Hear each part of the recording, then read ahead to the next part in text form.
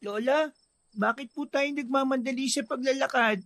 Tapos, umiiyak pa po kayo. Ano po bang nangyayari? Ang dilim pa naman po sa gubat na to. Kaya halos hindi po natin makita ang daan eh. Bilisan mo na lang, Eloy. Huwag ka na munang masyadong maraming tanong. Intindihin mo na lang muna ang iyong paglalakad. Diyos ko, huwag naman sana. Lola naman eh. Kanina pa po kayo siging salita ng ganyan. Ano po ba talaga nangyayari? Nag-aalala na po ko sa inyo eh. Hindi pa naman ako sigurado pero iba ang kutob ko ngayong gabi. Masyado kasing tahimik. Bigla rin akong kinabahan. Tungkol po ba ito sa sinabi ni Kapitan Tano? Huwag niyo na po itong intindihin. Masyado lamang po siyang umaabuso sa pagiging kapitan niya eh. Paano kung palayasin na naman niya tayo? Saan na tayo titira? Bakit po kasi lumipat pa tayo sa baryong ito, Lola? Sana po, nanatili na lamang tayo sa bahay natin sa may bukid. Hindi tayo pwedeng manatili roon. Pati ang mga kababayo natin. Pinalayas din tayo.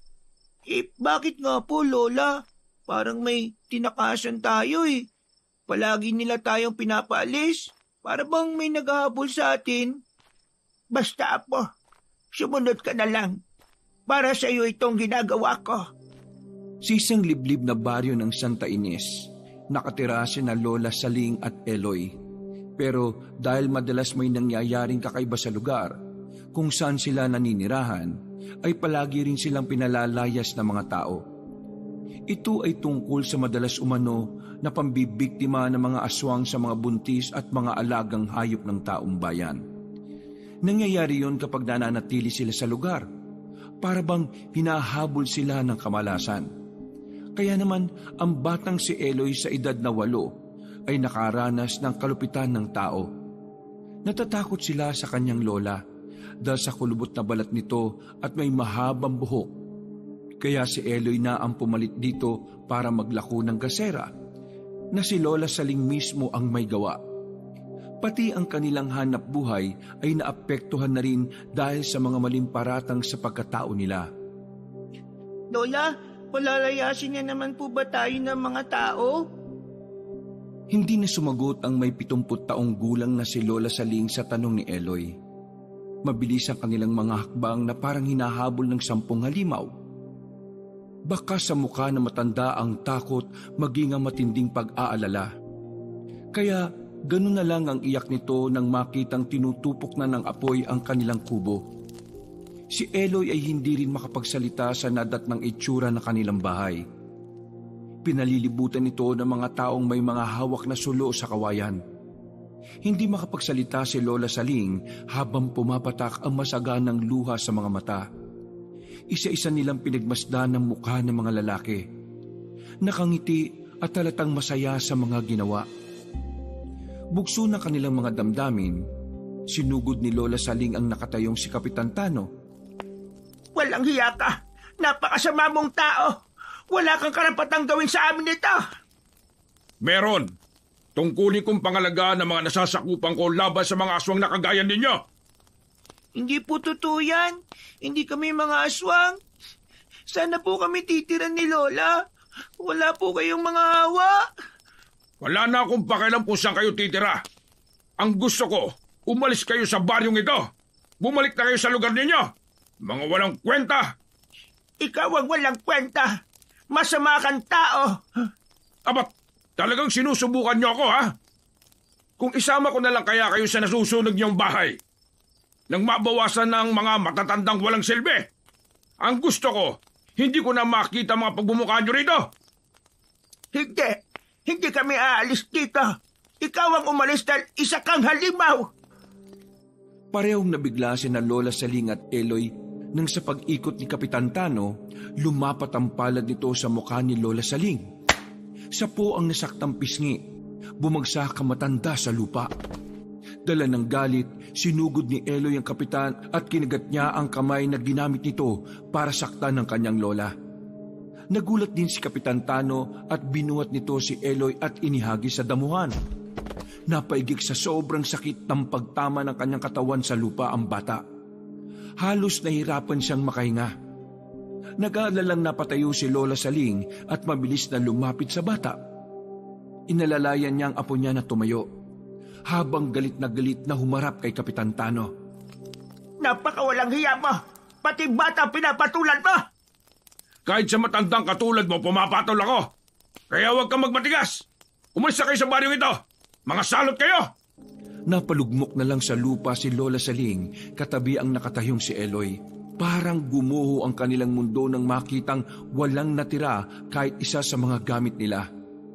Ito ang kauna-unahang pagkakataong sinunog ang kanilang tahanan.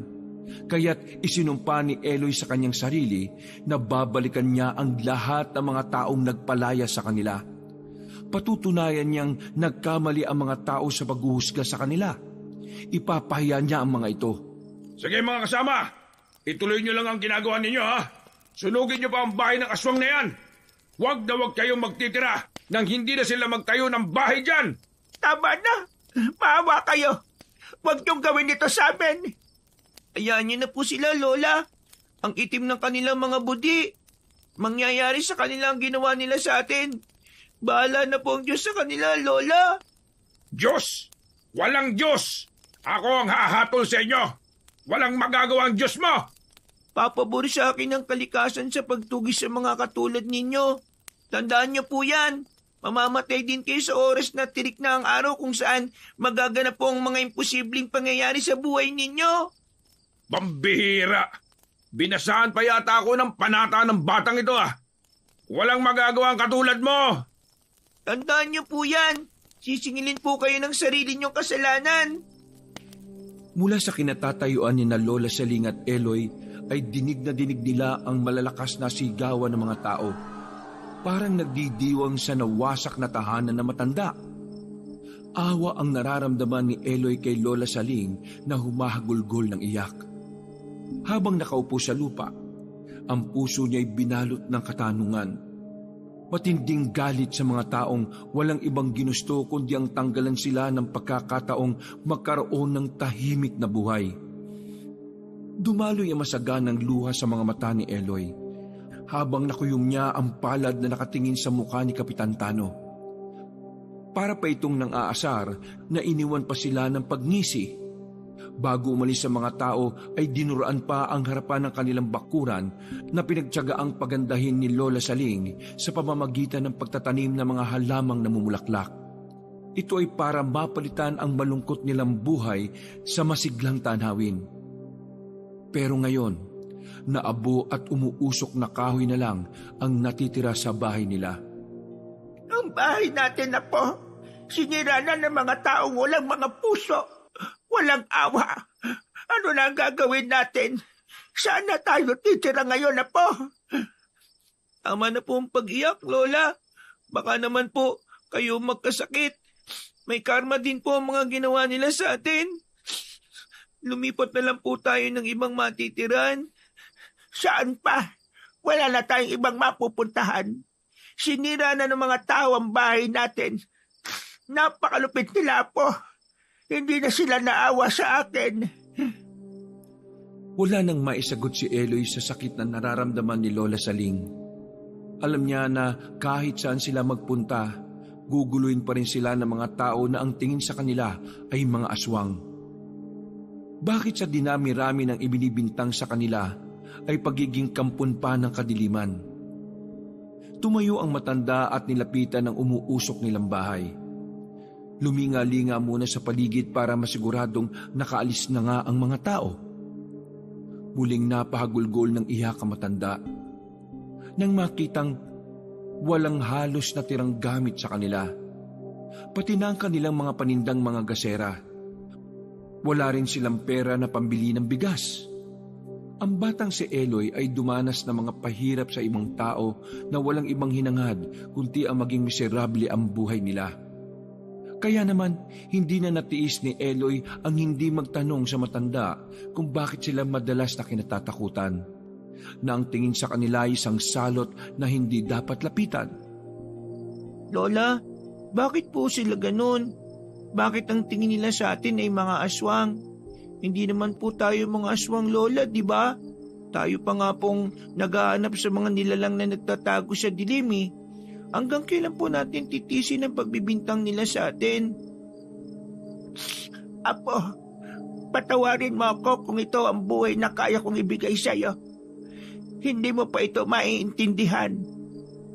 Talaga pong hindi ko naiintindihan. Naguguluhan po ako kung para saan pa po ang mga ginawa natin. Para lang mapanatiling ligtas sila. Ito lang po ang napapala natin eh. Ano po ba nangyayari, Lola? Alam nyo, sawang-sawa na po ako sa ganitong kapi ang ginagawa sa atin. Hindi ko po talaga lubos na maisip. Bakit nila tayo pinaparusahan? Wala naman po tayong mga kasalanan.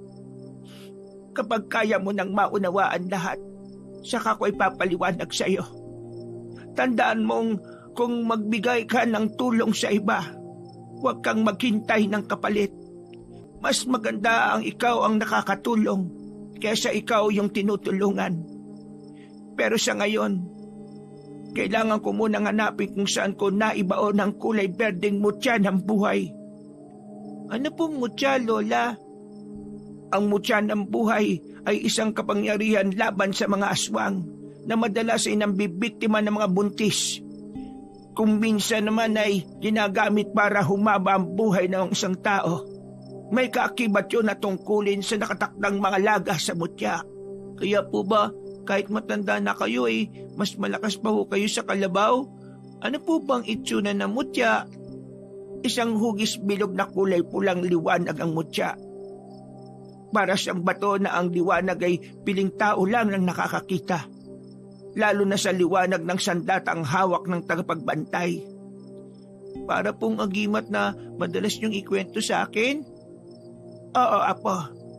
Kaya sige na, tulungan mo na lang akong hanapin kung nasaan ang pinagbaunan natin ng haliging may kulay berdeng kahoy. Dahil sa ilalim ko mismo ibinao ng mutya. Hindi siya pwedeng mawala. Mapapadali ang buhay ko at ayaw kong mawala sa tabi mo. Paano ka na? Iniwan ka na nga ng mga magulang mo. Pati ba naman ako ay mawawala pa sa iyo? Sige po, tutulungan po kita, Lola. Kaya lang masyadong mainit pa po ang lupa Baka mapaso po tayo. Samantalahin na natin ang pagkakataon habang may konting liwanag sa lugar na ito. Masyado pang matagal ang oras para hintayin ng mag-umaga. Magsapin ka na lang ng pwedeng magamit natin para matanggal ang mga nakaharang na kahoy. Alam ni Eloy ang tungkol sa pag-iwan sa kanya ng mga magulang niya sa matanda. Kaya nga, ilang beses silang nagpalipat-lipat ng bahay para lang makita ang kanyang ama at ina. Kahit minsan ay hindi siya nagtanim ng sama ng loob sa mga magulang niya. Kaya sumama siya kay Lola Saling para hanapin ang mga ito. Tinulungan ni Eloy ang matandang nakayuko sa paghahanap ng pinagbaunan ng mutya. Ilang minuto ang lumipas ay siya ang unang nakakita sa haligi. Magkatulong silang nagukay. Kahit nararamdaman nila ang init, maamos na ang mukha ni Eloy dahil sa uling na naipupunas niya sa kanyang balat. Gamit ang matulis na kahoy sa pagdudukal ng lupang tumigas dahil sa apoy. Ilang saglit lang sa matyaga nilang pagtutulungan ay nakita na nila ang maliit na itim na baul na kasing lapad lang ng palad ni Lola Saling. Ito ang dahilan kung bakit hindi tayo pwedeng magtayo ng bahay nang wala ito. Baka naman po, Lola, yan pa po ang dahilan ng nagdadala sa atin ng kamalasan. Hindi. Huwag mong sabihin yan. Dahil ito ang nagbibigay buhay sa akin para mapanatili ang aking lakas. Isa pa, para ito sa taong tagapangalaga sa mutyang ito. Pwede ko po ba makita, Lola? Hindi mo pa ito pwedeng makita. Hanggat hindi ko pa ito naililipat sa iyo. Ano po? Bakit po ako? Dahil ikaw talaga ang tagapangalaga nito. Bata ka pa lang nakatakda ka na sa mutya. Kusang nilipat sa iyo ang mutya sa sandaling umalingaw-ngawang tambol-lata sa harap ng mga halimaw. Naku, ayaw ko po, Lola. Hindi ko po yan matatanggap. Hindi mo na matatakasan ng nakatanda, Apo. Itinago ni Lola Saling ang maliit na baul sa likod nito. sabay silid sa bulsa. Kahit hindi naman seryoso si Eloy na tingnan ang itsura ng mutya, nagpasya na silang iwanan ng nasunog nilang tirahan at naglakad papalayo, habang bagsak ang mga balikat. Maya-maya pa ay pinasok na nila ang madilim na kagubatan, na ang tanging liwanag na makikita nila sa daan ay ang liwanag na nanggagaling sa bilog na buwan. Ilang minuto na nilang binabagtas ang gubat, hanggang sa pag-ahon ng bundok ay hindi na napigilan ni Eloy na hindi magtanong sa matanda. Lola, saan po ba tayo pupunta? Malapit na po magliwanag eh. Hindi ko pa po alam kung saan nyo dadali ng mutya. Aalis na po ba tayo sa baryong ito? Hindi, Eloy. Dahil dito na muna tayo pansamantalang maninirahan. Kailangan lang nating balikan ang mga naiwan kong mga sandata sa kuwebang natagpuan ko. Nang maghanap ako ng mga baboy ramo, siguro naman hindi na nila masusunog ang mga bato. Wala na silang magagawa para palayasin pa tayo. Pero sa ngayon, may kailangan pa tayong gawin. Pero gabi-gabi po nagloroonda ang mga tanod ni Kapitan Tano. Baka po mas lalo tayong pagbintangan na tayo ang mga aswang na madalas na kumakain sa mga alaga nilang hayop. Pati ang pagkamatay ng mga buntis, baka sa atin pa rin po ibintang. Alam mong walang katotohanan na mga ibinibintang nila sa atin. Hindi tayo mga aswang, kaya hindi tayo dapat matakot. Hindi nila alam na tayo ang manunugis ng aswang na nanggugulo sa kanila sa gabi. Hindi ko rin alam kung bakit. Sa kabila ng kabutihang ginagawa ko para sa kanila, ay masamang nilalang pa rin ang tingin nila sa atin. Kung minsan, nawawalan na ako ng ganang tulungan sila. Kaya lang hindi ko matiis na may namamatay na tao ng dahil lang sa mga aswang. Pero matagal na po tayong nagpapalipat-lipat ng tirahan, Lola eh. Ni minsan, wala pa po tayong nakikita mga aswang kung ano ang kanilang mga totoong itsura. Dahil hindi kita isinasama sa tuwing naghahanap ako ng mga aswang. Kaya huwag mo nang hangarin na makita pa sila. Bilisan mo na ang paglalakad habang maliwanag pa ang sikat ng buwan. Saka lang napabaling ang atensyon ni Eloy sa daan na bahagyang nasisikatan ng liwanag ng buwan. Ilang minuto pa ang kanilang ginagawang paglalakad, hanggang pagsapit sa kakahuyan, biglang napahinto sa paglakbang si Lola Saling at mabilis na hinila siya sa kanyang braso. Halata ang pagmamadali sa mga hakbang na parang may nararamdaman itong kakaiba. Sandali po, Lola. Naiwan ko po yung tsinelas ko. Bakit po tayo nagmamadali? Huwag ka na maraming tanong. Basta bilisan mo ang paglalakad. Saka na lang natin balikan ang sapin mo sa paa. Wala nang oras para balikan mo yan. Teka, bakit mo iniwan ang isa mo pang tsinelas? Sayang po kasi, Lola. Kung may makakapulot po ng isang tsinelas ko nang walang kaparis, hindi rin mapapakinabangan. Kaya iwan ko nilang yung dalawa. Ikaw talagang bata ka. Ang dami mong alam. Ang dahan-dahang pagkakbang ng mga paa ni Eloy ay nauwi sa pagtakbo para mas lalong makaalis sa lugar na yon. Panay din ang linga sa paligid ni Lola Saling na mas sinigpitan pa ang kapit sa kanyang mga kamay.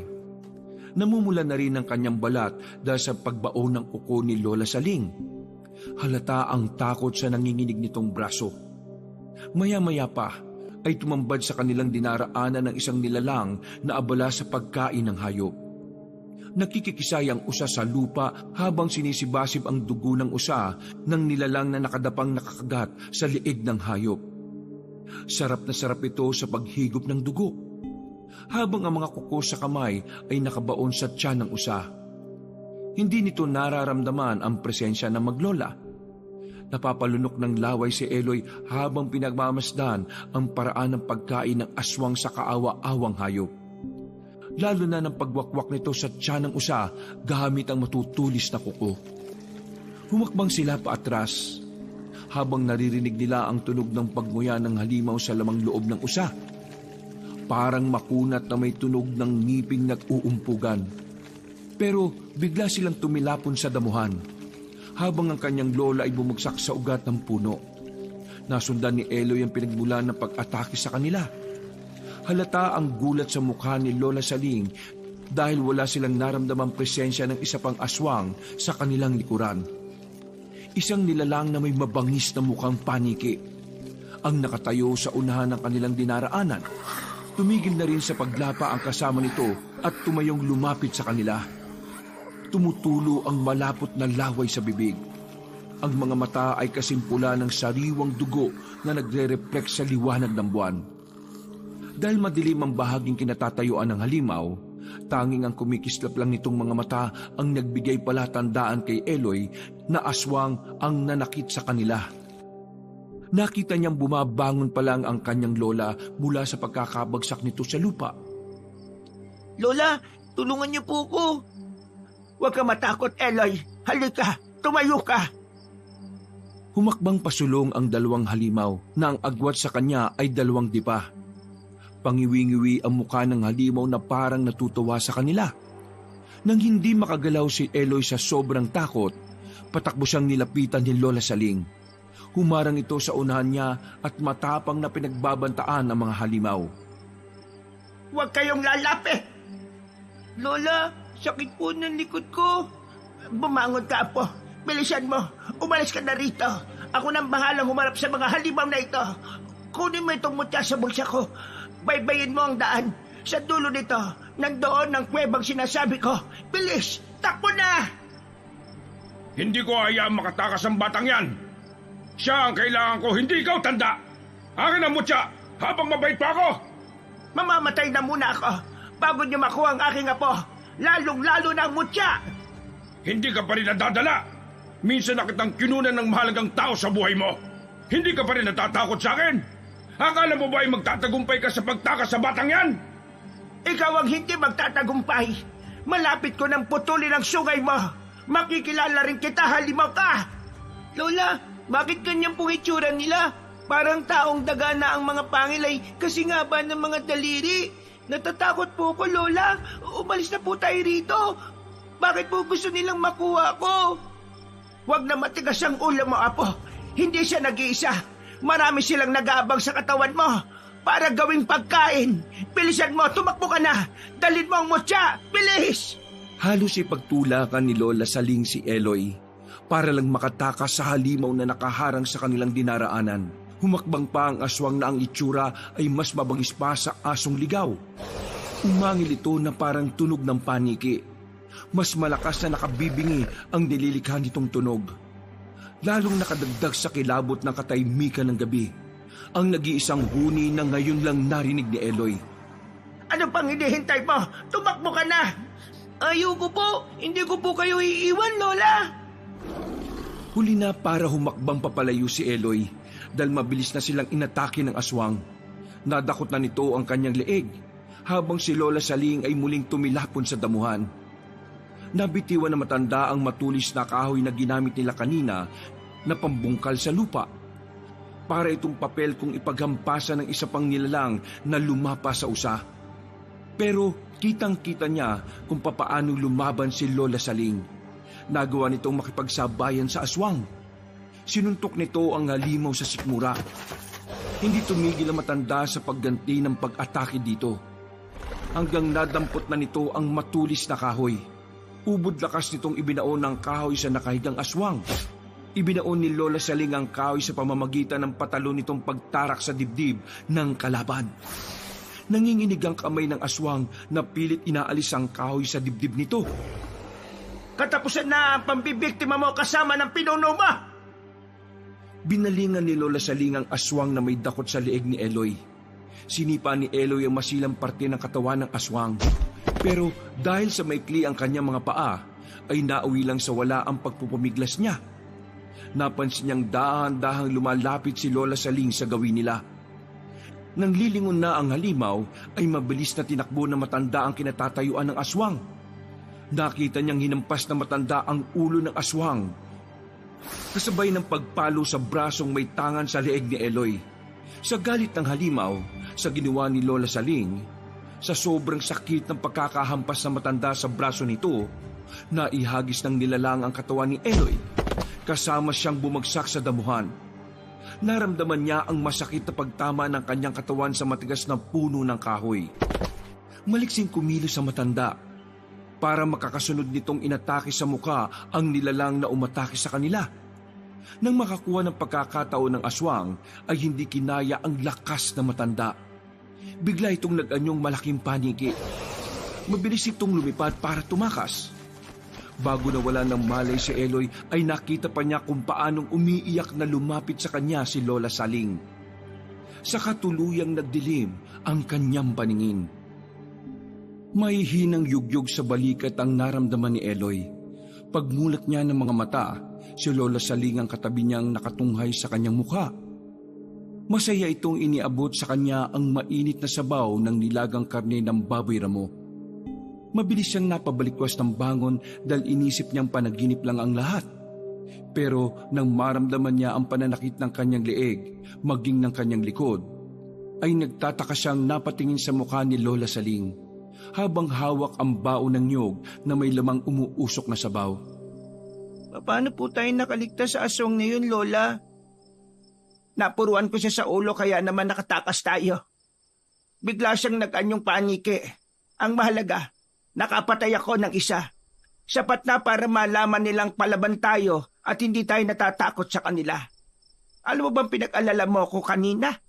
Akala ko'y nasaktan kang mabuti nang mawalan ka ng malay. Takot na takot ako, Apo. Akala ko'y mawawala ka na sa akin. Nasaan na po kaya ang halimaw, Lola? Hindi ko alam, Apo. Inuna kitang iligtas kaysang makita kong napatay ko ba ang halimaw na yon. Natitiyak kong dito lang sa baryong ito naninira ng aswang na yon.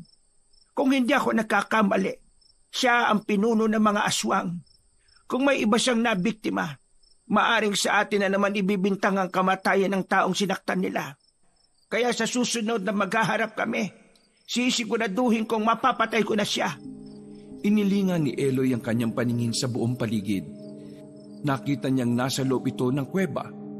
Dahil sa dingding na bato na may nakadikit pang mga lumot. Maging ang konting tubig na umaagos doon ay lalong nagpalungkot sa kanyang pakiramdam. Pero nang makita niya ang isang sulpit, tambol na gawa sa lata, muli siyang napatingin sa mukha ni Lola Saling. Matagal na raw ang kuwebang ito. Panahon pa raw ng unang digmaang pandaigdig. Isa sa mga kuwebang pinagtaguan ng mga tao laban sa mga dayuhan. Ligtas na tayo dito, Apo. Sige na, higupin mo na ang sabaw ng niluto kong baboy ramo. Kaya lang walang asin yan dahil wala ngang natirang sangkap sa nasunog nating tirahan. Si Lola naman, sanay na po kung walang lasa kasi sabi nyo, masama ang asin sa katawan ng tao at ito ang sikreto nyo para mas lalo pong humaba ang buhay ninyo. Nakita ko po kayong nakipaglaban sa mga aswang.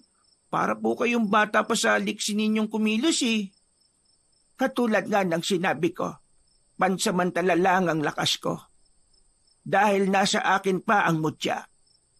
Kung ganun po, Lola, may kakayahan din kayong lumipad?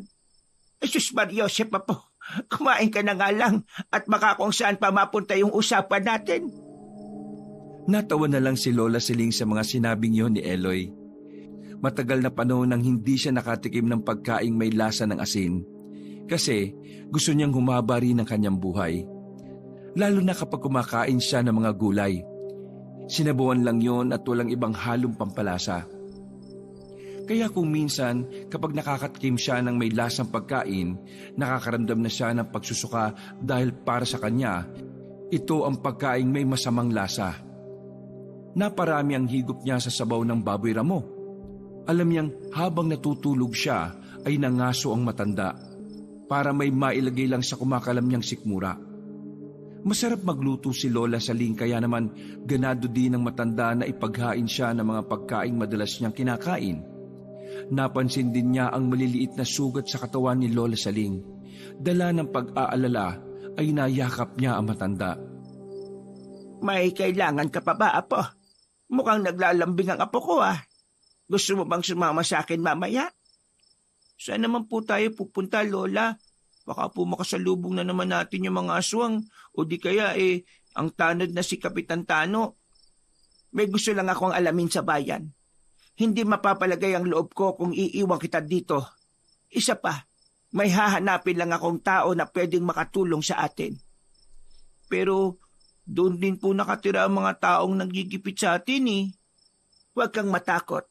Kasama mo ako. Hindi kita pababayaan. Ang tao po bang pupunta natin ay makakatulong sa pag-aanap ko po sa mga magulang ko? Oo. Kaya ihanda mo ang iyong sarili. Malay mo, kung doon tayo makahanap ng pansamantalang matutuluyan, ilalapit natin ang ating mga sarili sa kuta ng kalaban. Maghanap na po ba tayo ng matitiran sa bayan? Oo. Kapag nakasiguro na ako sa mga hinala ko. Sige na, ubusin mo na iyang pagkain. Babalik tayo sa kuweba kung kailangan na uli natin ng mapagtataguan. Kukunin ko lang ang aking mga sandata na madalas kong gamitin laban sa mga aswang. Umpisa pa lang ito, Apo. Marami pa tayong pagdaraanan. Isang lata lang po ng gatas ang sandatang tinutukoy ninyo, Lole. Ano pong magagawa ng tambol sa mga aswang na may kakayaan pong lumipad? Hindi naman po yun makakapatay ng aswang, Lole. Bukod pa sa tambol kong ito, Apo, meron akong sulpit na gawa sa kawayang pinatigas ng apoy. Magugulat ka sa husay ng mga sandatang yon. Lalo na ang sulpit na may kakayahang magpatigil sa daloy ng dugo ng aswang. Patitigilin nito ang paghinga ng nilalang na tatamaan ito. Paano po kung maubos ang balang gawa sa kawayan, Lola? Pwede ang kahoy o sanga ng puno. Magaling ka lang umasinta sa kanilang katawan, wala na silang ligtas. Kaya nga, matagal ko nang itinuro sa iyo ang paggamit nun. Subok mo na ang husay ng sandata. Ang totoo po nagugulan ako sa mga nangyayari. Bakit po mas gusto nilang makuha ako sa inyo? Ano pong meron sa akin? Dahil sa pamamagitan mo, Apo, magagawa nila akong pasukuin. Kasama ito sa buhay ng isang pagiging manunugis ng aswang. Hahanap sila ng paraan para mahanap ang kahinaan ko. Ikaw lang ang nag-iisa kong kahinaan. Idagdag pa na alam nilang ikaw ang nakatakdang magmamana ng mutya. Isang tagapagbantay ng mutya ng buhay na magagamit nila para magpalakas ng hukbo.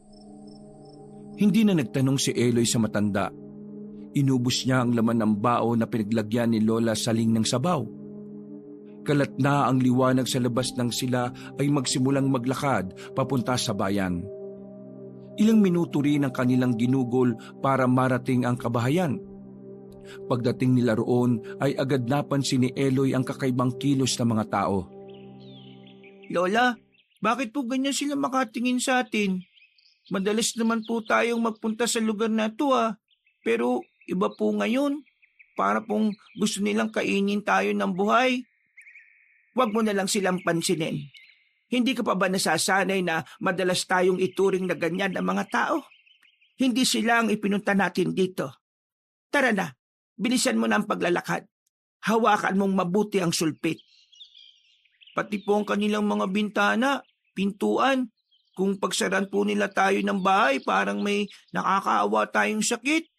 Takot na takot sila sa pagpunta natin dito, Lola. Bumalik na lang kaya tayo. Hanggat wala tayong ginagawang masama at wala tayong sinasaktang tao, hindi ka dapat matakot sa kanila. Sila pa dapat ang magpasalamat sa atin dahil iniligtas natin sila sa mga aswang. Ipinagpatuloy ni na Lola Saling at Eloy ang paglalakad nang biglang may nagsaboy sa kanila ng tubig. Nagsisisigaw ang babaeng may hawak pa ng timba. Habang pinagmumura silang pinalalayas, sinabi nitong salot daw sila ng kanyang lola. Hindi pa nga ito nasiyahan, nagtawag pa ito ng mga kasama para lang pagtulungan silang saktan. Ipinagmamalaki ng babae ang pagbuhos nito ng tubig sa kanila. Malamig ang naramdaman ni Eloy, lalo na at umihipa ang hangin na nagpanginig sa buo nilang katawan. Dumikit ang manipis na tela ng damit ni Eloy sa manipis niyang katawan. Akma na sanang kukuha ulit ang babae ng tubig, malakas na nagsalita si Eloy. Tama na po. Bakit kayo ganyan? Para kayong mga hindi tao Ang sama po ng mga ugali ninyo. Para kayong walang mga anak. Mga baluktot po ang isip nyo. Ang lamig-lamig po. Binuhusan niyo pa kami ng tubig. Dahil sa sinabi ni Eloy, mas lalong nagalit ang babae. Ibabato sana nito ang hawak na timba nang biglang may humarang na lalaki. Kung titingnan ay nasa edad 45 taong gulang na ito. May kwintas sa leeg at taling panyo sa ulo. Nahawakan ng lalaki ang timba at ibinalik ng bato sa babae. Galit nitong sinermonan ang aling nagbuhos ng tubig kina Eloy at Lola Saling na yakap ang sariling katawan dahil sa lamig. Sumusobra na kayo sa kasama ng ugali nyo ah. Kanina ko pa kayo tinitingnan eh. Pati matandang ito sinaktan nyo. Wala kayong karapatang manakit ng tao ah. Hindi nyo sila dapat husgahan. Dahil hindi nyo pa sila lubusang nakikilala. Kung makatawag kayo ng salot, parang wala kayong naging kasalanan ah. Hindi pa naman ninyo napapatunayang aswang ang matandang ito. Bakit kailangan nyo pang idamay ang bata sa galit ninyo? Biglang sumingit sa usapan ng kadarating pa lang na si Kapitan Tano. Kasama ang mga tano nitong may mga dalang batuta. Aswang ang matandang yan. Kaya ko yung patunayan. Wala lang akong makuhang ebidensya na makapagpapatunay na sila talaga ang aswang na madalas na pumapatay sa mga buntis dito. Pati sa mga alaga naming hayop. Isa ka pa, Kapitan. Dapat ikaw ang magpatupad ng katahimikan dito sa baryo eh. Ikaw pa ang pasimuno. Kaya ko nga ito ginagawa eh. Hanggat nandito sa lugar namin na matandang yan, palagi kami magkakagulo. Hanggat wala kayong nakikitang ebidensya, hindi nyo pwedeng pagbintangan na matanda. Sa inyo namang gawin ang ginagawa ninyo sa kanila, ano naman ang mararamdaman ninyo? Bakit ka ba nakikialam dito? Sampid ka lang naman sa lugar na ito. Hindi ka rin naman taga rito ah. Nakabili ka lang ng bahay sa dulo kung umasta ka, parang ikaw na ang kapitan. Abe, akala mo yata, kababaryo mo na kami ah. Lintik. Baka nga kasabot ka ba ng matandang ito Baka may lahi ka ring aswang. Paano kung sabihin ko sa inyo na may minamatsagan din akong aswang dito? At hindi ang matandang itong aswang na tinutukoy ko. Sino ka ba talaga? Hindi na mahalaga kung sino ko. Ang mahalaga, alam ko kung ano ang ginagawa ko. At nasa panig ako ng tama. Ikaw, Kapitan, saan ka ba nakaanib? Aba! Kung ayaw niyong tanggapin ang maglola na ito, ako ang tatanggap sa kanila. Ayos lang kami. May mga tao kasing sumunog sa bahay namin sa gitnang kagubatan. Kaya kami nakarating dito. Kagabi naman, bigla kaming inatake ng aswang pero walang gustong maniwala sa amin. Ang masakit, kung sino pa ang inaasahan naming tutulong sa amin, ay siya pa ang nanguna sa pagsunog sa bahay namin. Wala kaming kasalanan para palayasin kami sa aming tirahan. Totoo po, nakita't nakausap ka po namin, Kapitan. Ikaw po'y nagpasunog sa bahay namin Masaya pa nga po kayo kasama ng mga tao. Hindi ko naman tinatanggi yun Tama lang yun sa inyo. Dapat po, alam niyong labag yun sa aming karapatan bilang tao. Natutunan ko po na may mga karapatan din po kami. Imbis magalit si Mang Delo sa pagsingit ni Eloy sa usapan ng mga matatanda, ay natawa pa ito. Ang talino po ng apo ninyo, Lola. Iminulat ko lang siya sa katotohanang nagaganap sa baryong ito. Nakaranas na siya ng iba't ibang klaseng kalupitan. Kaya naman nasanay na siya sa mga lengguwahe nating matatanda. Wala akong pakialam. Gusto pa naming mabuhay kaya hindi ka namin matatanggap dito. Isa pa, maliit lang ang baryong ito. Bakit ba pinagsisiksikan nyo ang mga sarili nyo dito? Makakalis na kayo! Sagot ko sila. Kapag may nagawa silang mali, ako mismo ang magpapalaya sa kanila. Sino ka ba para utusan ako sa mga gagawin ko? Isa akong albularyo. Kaya alam kong mas kailangan ako ng mga tao rito. Kumpara sa inyo, na walang ibang ginawa kundi ang mangutong ng perang pinaghirapan ng iba. Abat, pinagbibintangan mo ba ako? Magdaan-daan ka sa pananalita mo kung ayaw mong itumba kita rito. O, kita mo na. Masakit ang mapagbintangan, ano? Anong pakiramdam? Kung sa bagay hindi ka masyadong masasaktan dahil hindi bintang yon, kundi totoo. Manahimik ka nga! Kung ayaw mong pati ikaw palayasin ko! Habang pinagmamasdan ni Eloy ang mga palitan ng sagutan ng mga kalalakihan sa harap niya, ay hindi niya maiwasang hindi magtaka. Bakit ba parang kakaiba ang mga pagkatao ng nasa harapan niya? Parang may hindi siya alam sa pinaghuhugutan ng galit ng dalawang lalaking nag-aaway sa pagtatanggol sa kanya. Kung hindi siya nagkakamali, siguro ito ang taong hinahanap ni Lola Saling na makakatulong sa kanila. Palayasin niyo sa harapan ko ang lalaking ito. Isama niyo ang maglola. Inuubos ito pasensya ko eh. Hahawakan na sana ng mga tanod si Eloy nang hawakan ito ng lalaki sa braso. Pinilipit nitong patalikod ang kamay ng tanod na humawak sa braso ni Eloy. Ganon din ang mga tanod na sabay-sabay na lumapit sa kanila para ipagtabuyang palayo silang dalawa ni Lola Saling. Walang makalapit dahil bawat pagsugod, isa-isa rin bumabagsak ang tanod sa lupa habang namimilipit sa tama ng kamao sa mga katawan nito. Naging maagap kumilos ang tagapagtanggol nila. Napakahusay nitong makipaglaban. Suntok sa sikmura at sipa sa muka ang inaabot ng mga tanod ni Kapitan. Magkakasabay rin ang pagbagsak sa lupa habang putok ang labi at busagra ang nguso. Nagsimula ng magsilabasa ng mga tao para manood sa labanan sa pagitan ng dayo at tanod ni Kapitan.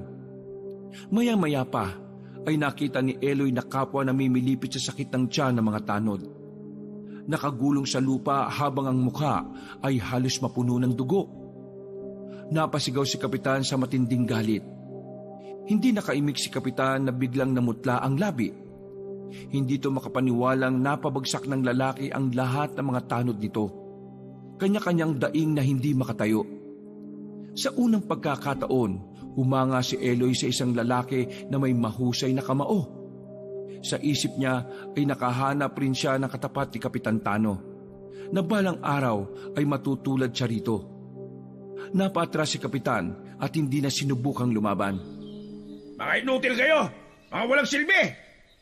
Siguro naman, pwede nang tumira sa bahay ko maglola. May araw ka rin! Ipinahiya mo ako sa mga tao rito! Babalikan kita! Lalo ka ng Lola Saling! Tumigil ka!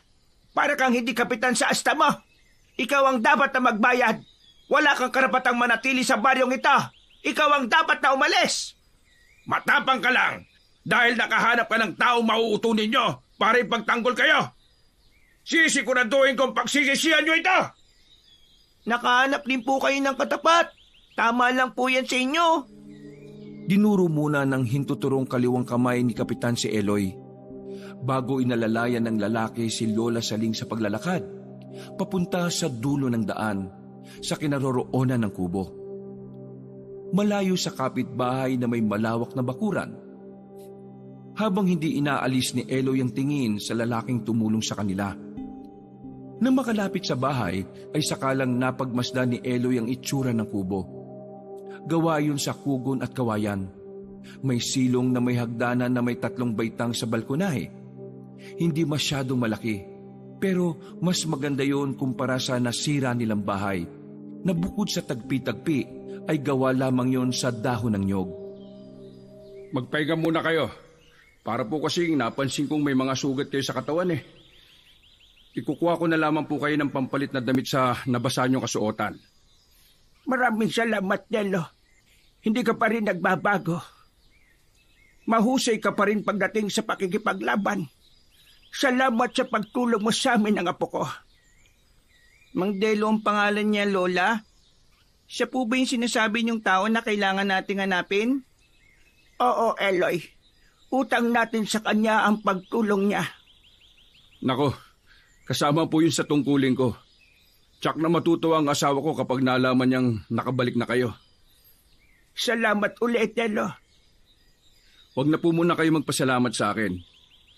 Hindi pa po kayo ligtas sa malupit na si Kapitan Tano. Sige po, simula po sa araw na ito, ay dito na muna po kayo titira. Narinig ko po ang ginawa sa inyo ng mga walang yang yon. Nang mawala sa kanilang paningin si Mang Delo, ay nagtatakang napatingin si Eloy sa mukha na matanda. Halatang nanginginig ang katawan dahil sa malamig na tubig sa katawan. Lola, ang swerte po natin, oh. May nakilala tayong mabait na lalaki magtatanggol sa atin laban kay Kapitan. Gano'n na po ninyo katagal nakakilala si Mang Delo? Gusto kong makilala mo siyang mabuti. Nararamdaman kong malaki ang may tutulong niya sa atin. Saka napapansin ko, parang masyado ka na yatang maraming tanong. Gusto ko lang pong malaman lahat, Lola. Lalo na kung anong tulong ang magagawa po ni Mang Delo sa atin. Wala naman po akong sakit eh. Bakit kailangan po natin ng isang albularyo? Tulong para sa pagpuksa sa mga aswang na hukagan. Hukagan? Ano pong hukagan? Ang hukagan ay isang nilalang na umatake sa atin kagabi. Kaya kailangan natin ng tulong niya. Dahil si Delo ang may alam sa bisa ng tambol na lata at sulpit. Bukod pa ron, siya ang tagapagbantay mo laban sa mga magtatangkang umagaw sa mutya. Ang nilalang pong nakasagupan natin kagabi na kahawig ng daga ay isa pong hukagan. Pero tao po ang kanyang katawan. May sungay sa gitna ng kanilang noo. Mabalahibo rin po ang kanilang mga balat eh. Yung aswang po ang totoong pumapatay ng mga babaeng buntis. At dahil po sa kanila, kaya tayong nagdurusa. Ano po magagawa natin laban sa kanila? Ibigay na lang po natin kaya ang mutya, Lola, nang hindi na po nila tayo guluhin. Marami na ang nagbuwis ng buhay para sa mutya. Para mapanatiling hawak ito ng may busilak na puso. Hindi ito pwedeng mapunta sa mga aswang. Pero sa atin naman po ibinibintang ang kasalanan ng mga hukagan eh. Tayong masama sa mata ng mga tao. Lola, bakit po ako? Dahil nasa antas ka ng tamang edad para magbantay sa mutya. Isang batang hindi pa nakakagawa ng maraming kasalanan. Nakatakda ka ng mga laga ng mutya. Kung hindi mo ito gagawin, mas marami pang mga buhay ang mga nganib. Maya-maya pa ay nakabalik na si Mang Delo. May dala na itong mga damit sa kaliwang kamay. May hawak din itong maliit na baul na may lamang mga gamot para sa sugat nila. Nabanggit nitong isa itong albularyo kaya gamit yun ni Mang Delo sa panggagamot. Magpalit na muna kayo ng damit bago ko gamutin ang mga sugat ninyo. Tsak na, nagugutom na rin kayo. Kaya lalabas muna ako. Wag po kayong lalabas hanggat hindi ko po sinasabi ha. Hindi kayo ligtas sa labas, lalo ka na Eloy. Inilapag ni Mang Delo ang dala nitong maliit na baul sa lamesang gawa sa kawayan. Nalantad ang mga boteng may iba't ibang kulay na isa-isa ring inilabas sa lagayan. Ano pong klase mga bote yan, Mang Delo? Mga langis na gawa sa iba't ibang klase ng bulaklak. Katas ng bulaklak ng ilang-ilang at sampagita.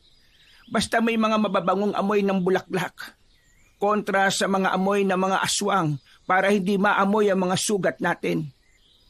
Kaya po pala nagtatanim kay Lola ng mga namumulaklak na halaman. Kontra din po pala yun sa mga aswang. Oo, Apo, tama ka. Tama si Lola Saling kaya sabihan niyo ako kapag tapos na kayo magpalit ng damit ha. Lumabas lang saglit si Mang Delo para makapagpalit ng damit si Lola Saling. Ilang minuto lang ang lumipas, pagbalik ni Mang Delo ay may dala na rin itong pagkain para sa kanila. Ginamot muna nito ang mga sugat nila bago sumabay sa kanilang pagkain. Nang matapos sa pagkain ay nagpaalam sa kanila si Mang Delo. Aalis po muna ako. Pupuntahan ko lang yung asawa ko para ibalita sa kanyang nandito na kayo. Wag na wag kayong lalabas ng bahay. Isarado niyo ang pinto, maging ang mga bintana, ha? Sige, mag-iingat ka, Delo. Tango lang ang itinugo ni Mang Delo sa paalala ni Lola Saling. Habang si Eloy ay nanatiling nakatingin lang na parang pinag-aaralan ang bawat galaw ni Mang Delo. Nang makalis ito, ay pumasok silang dalawa ni Lola Saling sa kwarto para magpahinga. Mabilis na lumipas ang oras. Pagsapit ng gabi ay hindi dinalaw ng antok si Eloy. Kaya naman bumangon siya para magpahangin sa labas. Yun ang kabilin-bili ng inutos ni Mang Delo sa kanya. Pero sumaway siya. Nakarating pa siya sa likod ng bahay ni Mang Delo. Sa puno ng mangga na may nakabitin na duyan na gawa sa uway. Saglit siyang nagpahinga roon. Pero maya-maya pa ay naamoy niya ang kakaibang simoy ng hangin. Amoy na bubulok na laman ng tao. masangsang na masakit sa ilong.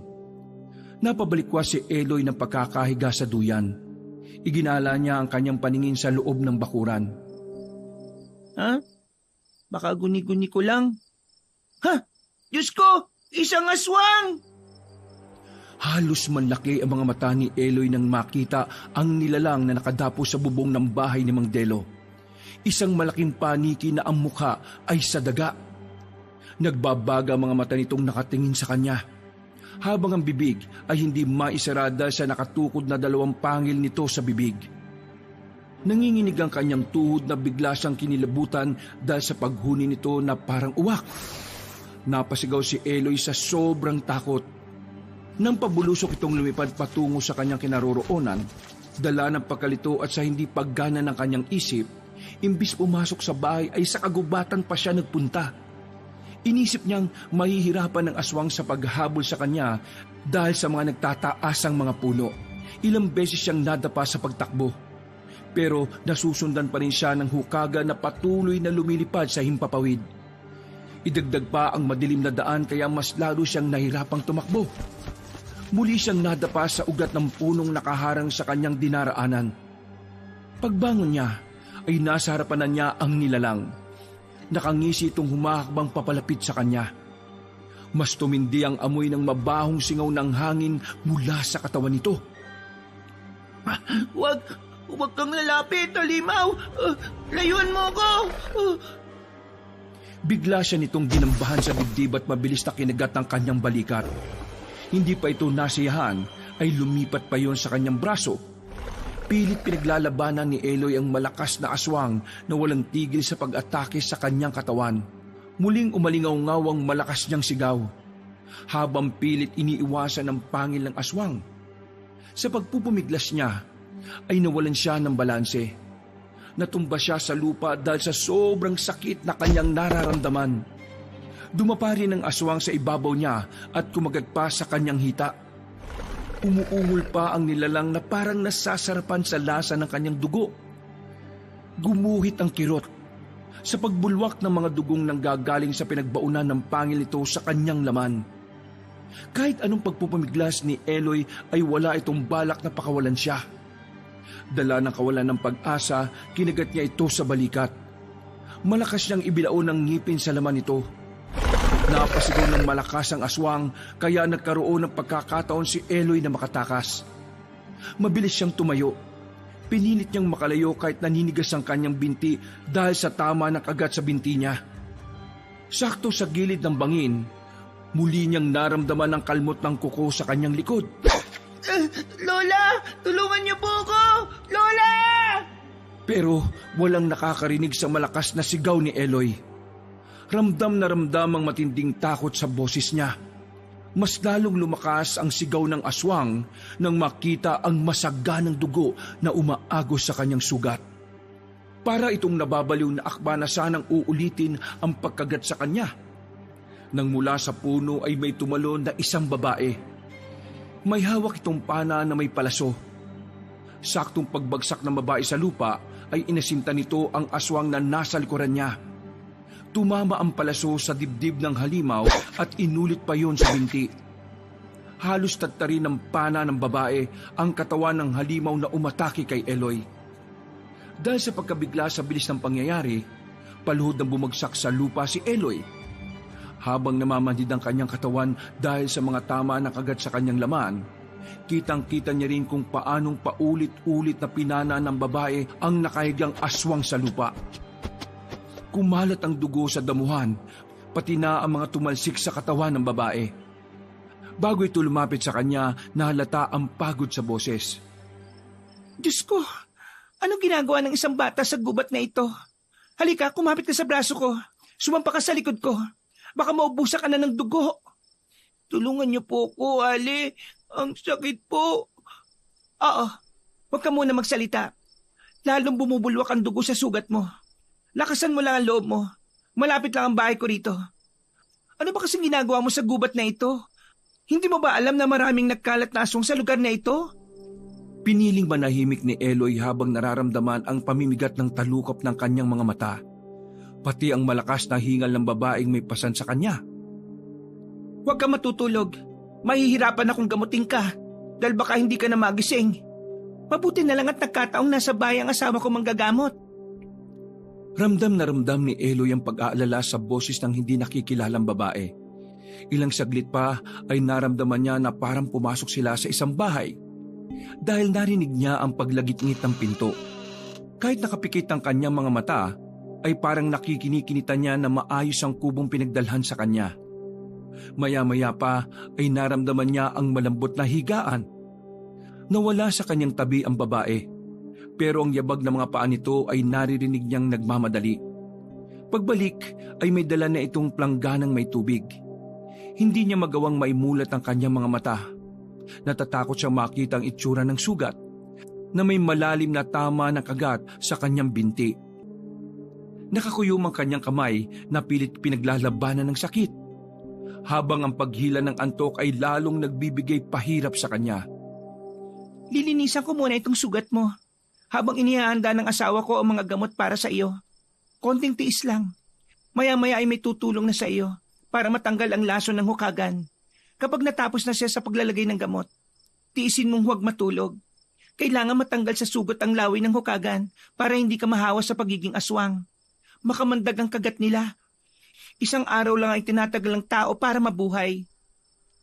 At mabuhay ka man, ay isa ka ng aswang na walang naaalala, kundi ang kumain ng laman loob ng tao. Sa pamamanhid ng katawan ni Eloy ay tanda na may laso na ang kanyang dugo.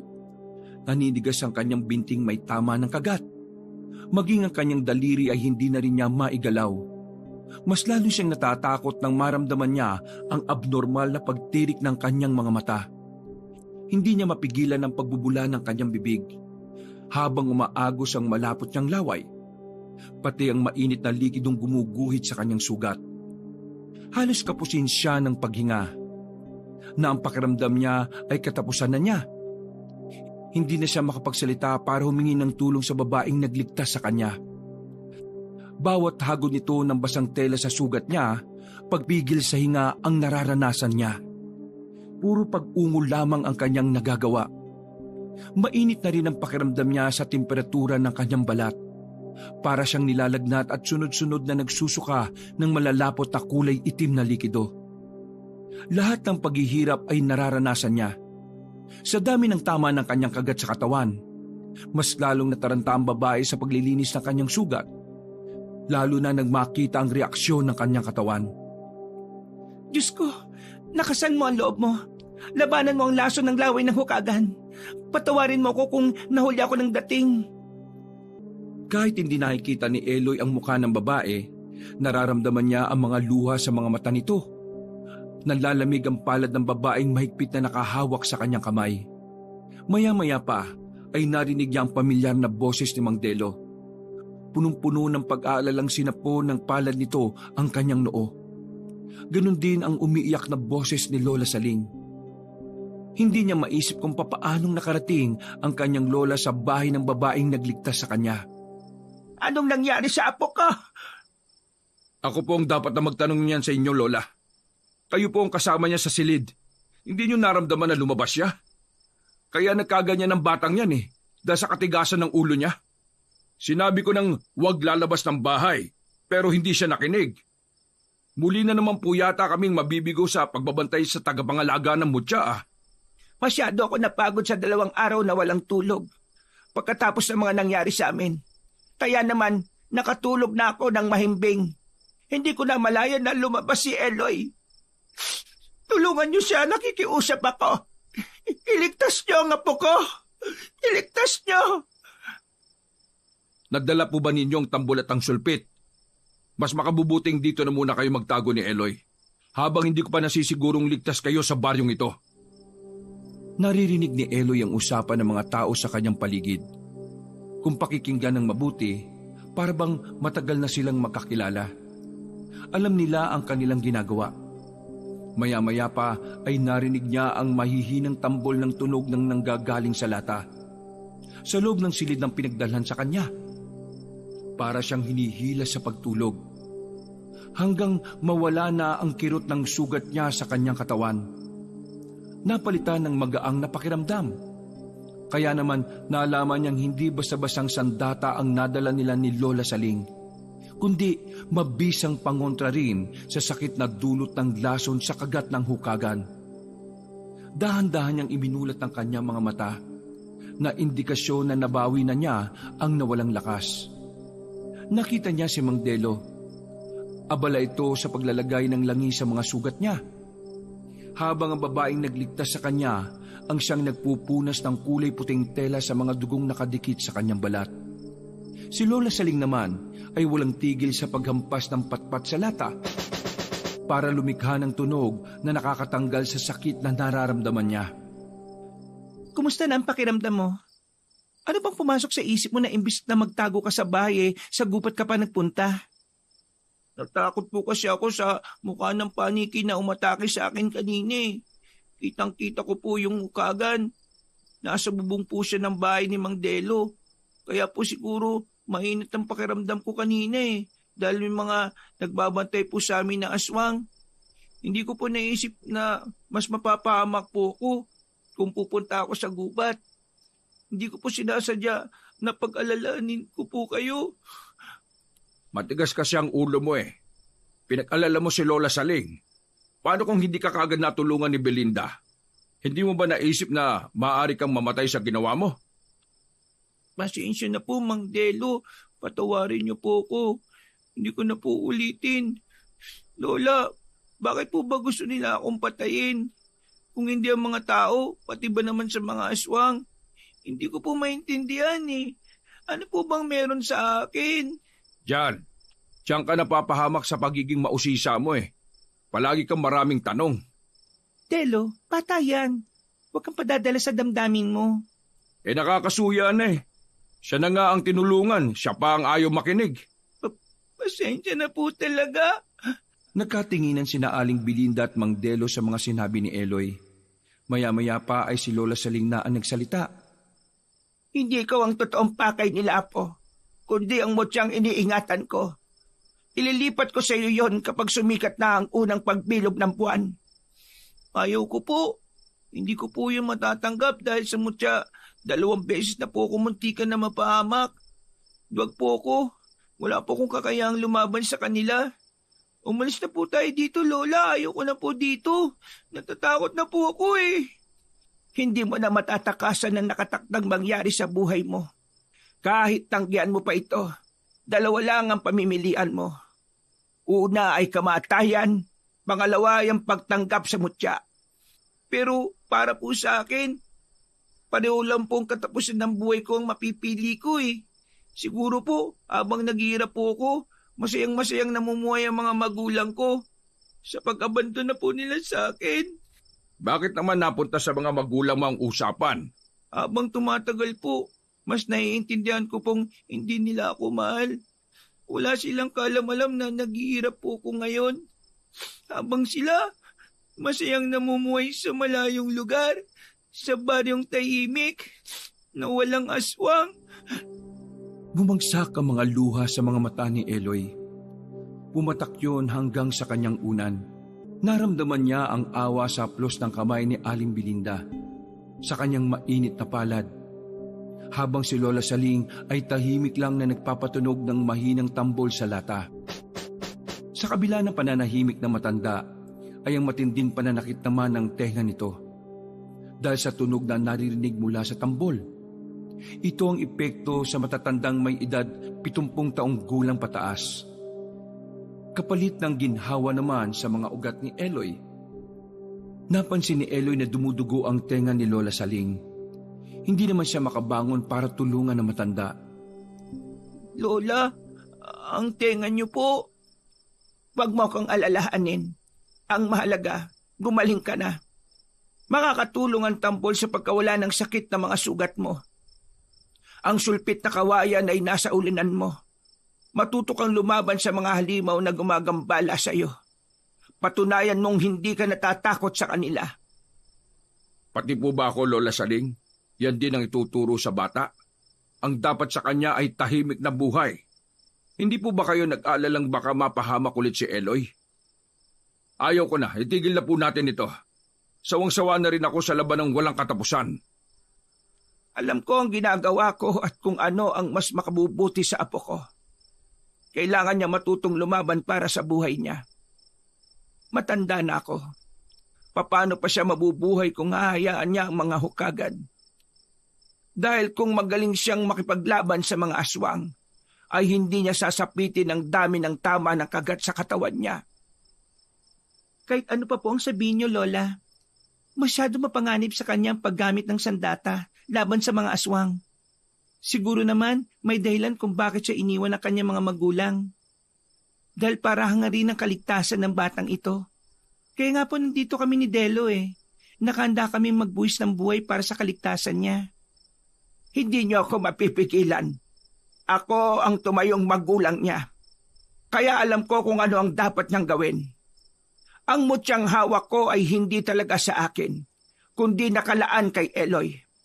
Hindi ako pwede habang buhay na itago ito.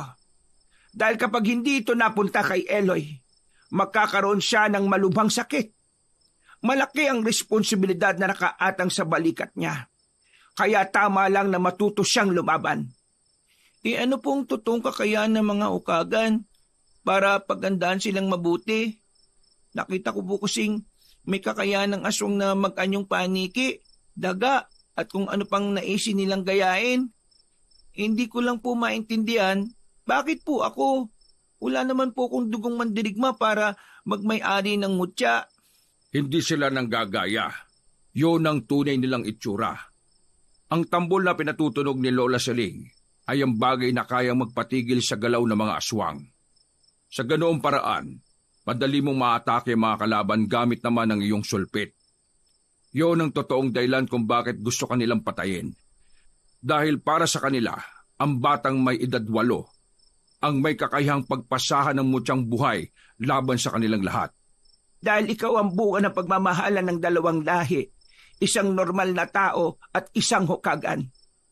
Po, mabuting aswang ang ama mo, at kapag napunta sa iyo ang mutya, hindi ka matutulad sa tatay mo. Oo, apo, may dugo kang aswang kaya kung mapapansin mo, binibigyan kita ng mga pagkaing walang sangkap na asin o bawang. Totoo po ba yan, Lola? Oo, apo. Kaya sana sikapin mong maging mabuting tao. Kaya po ba nila tayo pinalalayas dahil alam nila? Wala silang alam sa totoong pagkatao mo. Ang alam nila ay hawak mo ang mutya. Para kang banta sa kanila. Malalaman mo kung bakit kanila gustong patayin sa sandaling matutunan mo ang mga orasyong magbibigay ng bisa sa mga sandatang yan. Tandaan mo na kapag nasa iyo na ang mutya, ay hindi ka na dapat titikim ng may asin. Dahil kapag nangyari yon, magiging isa kang halimaw na hindi maaalala ang taong nagpalaki sa iyo. Walang makakapigil sa pagiging aswang mo, kundi ang kamatayan lang. Bakit po alam niyong tungkol sa bagay na yan? Samantalang ako po, walang kaalam-alam sa mutya. Sino po ba kayo? Mag-asawa kami ni Aling Belinda mo. Bago kami magsama ay may mga tungkulin na nakaatang sa aming balikat. Yon ay ang protektahan ng may hawak ng mutya ng buhay, laban sa pinuno ng hukagan. Ako ang albularyo at si Belinda ang manunugis ng aswang, samantalang si Lola Siling ang nakatakdang mag-alaga ng mutya, habang hindi pa panahon para isalin sa iyo. Pero hanggang ngayon, ayaw naming mapunta sa iyo ang mutya ng buhay, dahil hindi na namin gugustuhin mangyari ang mga nangyari noon. Nabigo kami sa unang batang minsan na naming binantayan. Namatay siya sa kamay ng halimaw. Kung ganun po, talagang kayo po ang ipinunta namin ni Lola sa baryong ito dahil balak na po niyang humingi ng tulong sa inyo? Oo. Kasama si Belinda sa pagtupad ng tungkulin para protektahan ka. Kaya lang sa tingin ko hindi ka pa handa. Siguro mas kailangan mo nang malaman ang buong katotohanan tungkol sa mga magulang mo. Huwag niyo akong pangunahan sa mga sasabihin ko sa apo ko. Sapat nang malaman niya ang tungkol sa pagiging dugong hukagan niya. Baka hindi niya kayanin ang matutuklasan niya. Napag-usapan na natin ito, hindi ba? Tutol naman ako sa pagbibigay ng mutya sa bata, pero higit niyan dapat na malaman kung ano bang ipinaglalaban niya. Paano siya haharap sa mga aswang kung hindi naman niya alam kung ano ang dahilan kung bakit kailangan niyang patayin ng hukagan. Ipakita niyo sa kanya ang mutya. Karapatan na niyang tanggapin ang kapalaran niya. Ano pong kapalaran? Ano pong tungkol sa mga magulang ko? Hindi na nagawa ni Eloy na magtanong. Nang biglang may kumalsko sa dingding ng bahay ni Aling Belinda, saglit na natigilan sila sa pag-uusap. Tahimik nilang pinakinggan ang ingay sa labas. Inihanda ni Aling Belinda ang pana, habang magaan ang paa na maingat na humakbang papalapit sa pinto. Sumilip ito sa siwang ng dingding. Maya-maya pa ay nag-aalala itong napatingin sa kanila. Elo, ibangon mo si Eloy. Kailangan natin makali sa bahay na ito. Sa silid sa ilalim ng lupa, doon tayo dadaan. Nasundan nila tayo. Matalas talaga ang pang-amoy ng mga halimaw na yan. Lola, dali niyo mga kakailanganin natin sa pagtakas. Halika, Eloy.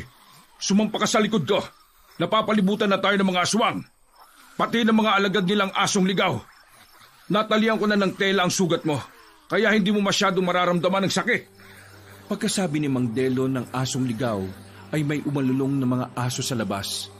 Kasunod ang pag-alingaw-ngaw ng sigaw ng pinuno ng mga aswang. Uminit ang pakiramdam ni Eloy. Mataas pa rin ang kanyang lagnat. Masasakit ang mga sugat na pinilit niyang sumampa sa likod ni Mang Delo.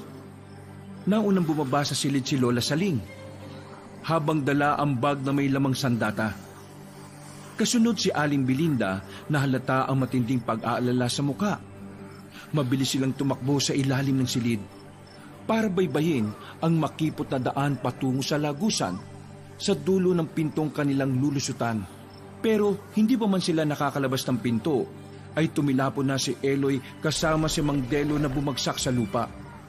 Nakaabang sa kanila ang mga taong paniki. Mabilis silang inatake ng mga aswang. Pati ang mga asong ligaw kikipag-agawan na rin pasugod sa kanila ni Mang Delo. Maging si Aling Belinda ay hindi na rin nakaporma ng atake nito ng hukagan. Nagulat sila sa bilis ng pangyayari at hindi nila ito napagandaan. Itinuloy ni Lola Saling ang pagtugtog sa lata gamit ang dalawang patpat. Gumapang si Eloy papalapit sa matanda. Kinuha niya ang sulpit pati na ang bala na gawa sa tinik ng lukban. Lumiwanag ang kanyang kamay nang mahawakan ng sandata. Nabanggit na yon dati pa ni Lola Saling na siya lang ang may kakayahang makakita sa liwanag ng sandata para sa kanya.